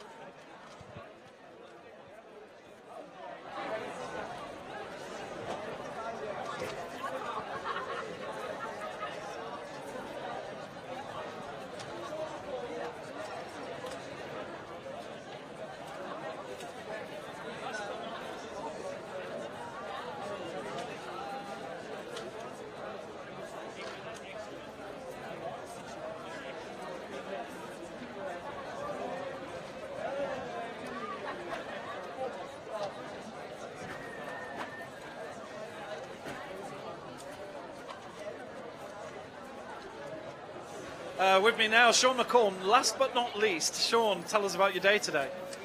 Well, I mean, throughout the day I didn't really do anything, but then yeah, won route today, came back for the finals. I was really excited just to be in finals. It's the first time I've been in finals here in the outdoor wall in Imst. So I was excited. Yeah, pretty normal warm-up, normal route, but I fell pretty high off the second volume, but I was really excited how I did. I never would have thought it would have landed me in a second place, but eventually I saw people make mistakes, fall half a move below me twice.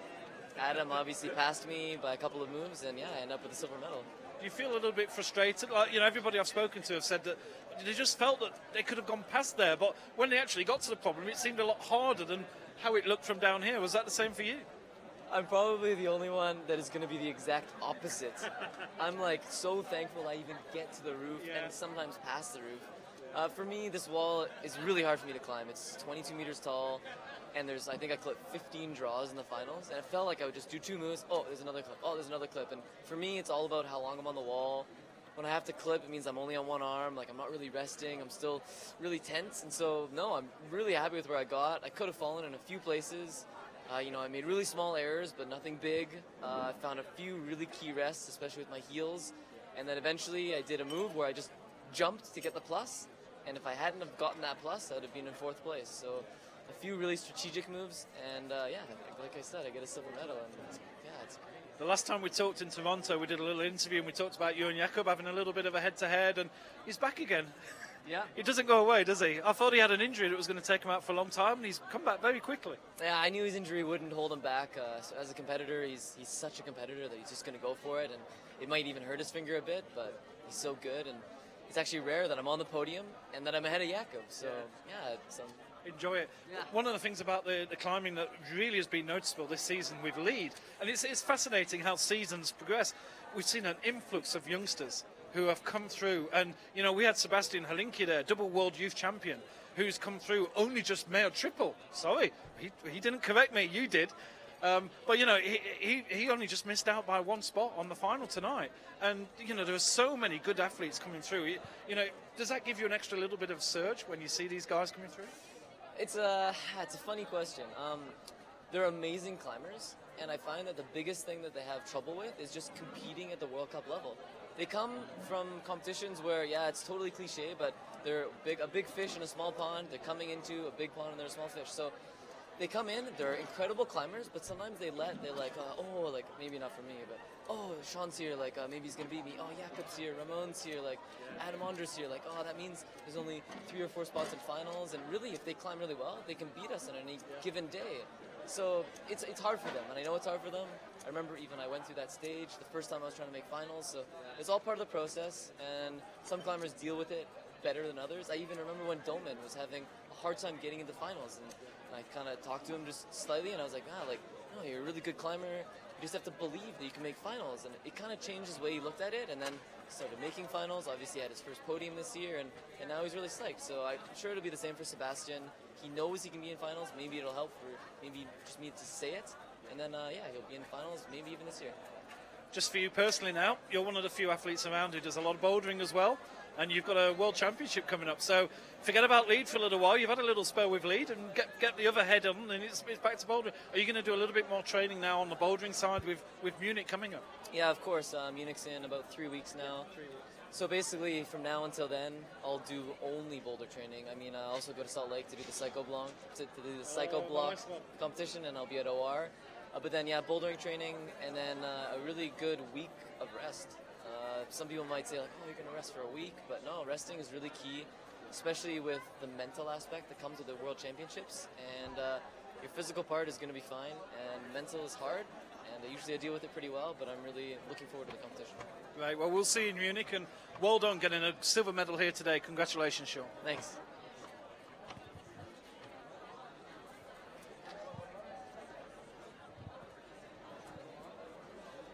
I'll wait for you to count down. Not on camera. So there we have it. We've managed to talk to all 6 medalists here tonight. It's been an absolutely wonderful experience here in Imst, Austria. And we're going to wish you a good night wherever you are in the world watching this. I know there's a lot of you from all countries, so it's good morning, good evening, or good afternoon, wherever you are. We're going to be in Munich next. It's the IFSC World Championships, the World Boulder Championships. Semi-finals will be on YouTube. The finals will be on Red Bull. I'll be very happy to see you there. In fact, you can see it on the screen right now. Those are the events that are coming up there with the World Championships. We're going to Arco in Italy. As you can see, we're running down, and we're Spain in Gijón for the World Lead Championships. Then it's New Caledonia for the World Youth Championships. Apologist Sebastian Helenki as well, triple World Youth Champion. He's definitely a name for the future. Then it's the Asia Tour for lead climbing with Korea, with Mokpo, Wujiang of China, and Inzai of Japan. And finally, the very end of the season, it's Kranja for the final Lead World Cup of 2014. Really interesting to chat to the athletes there. Very interesting to hear the comments from Kim Jae-in as well, in particular, about how she really didn't realise. She knew she was tight, but she didn't know she was running out. We're going to wrap it up here now.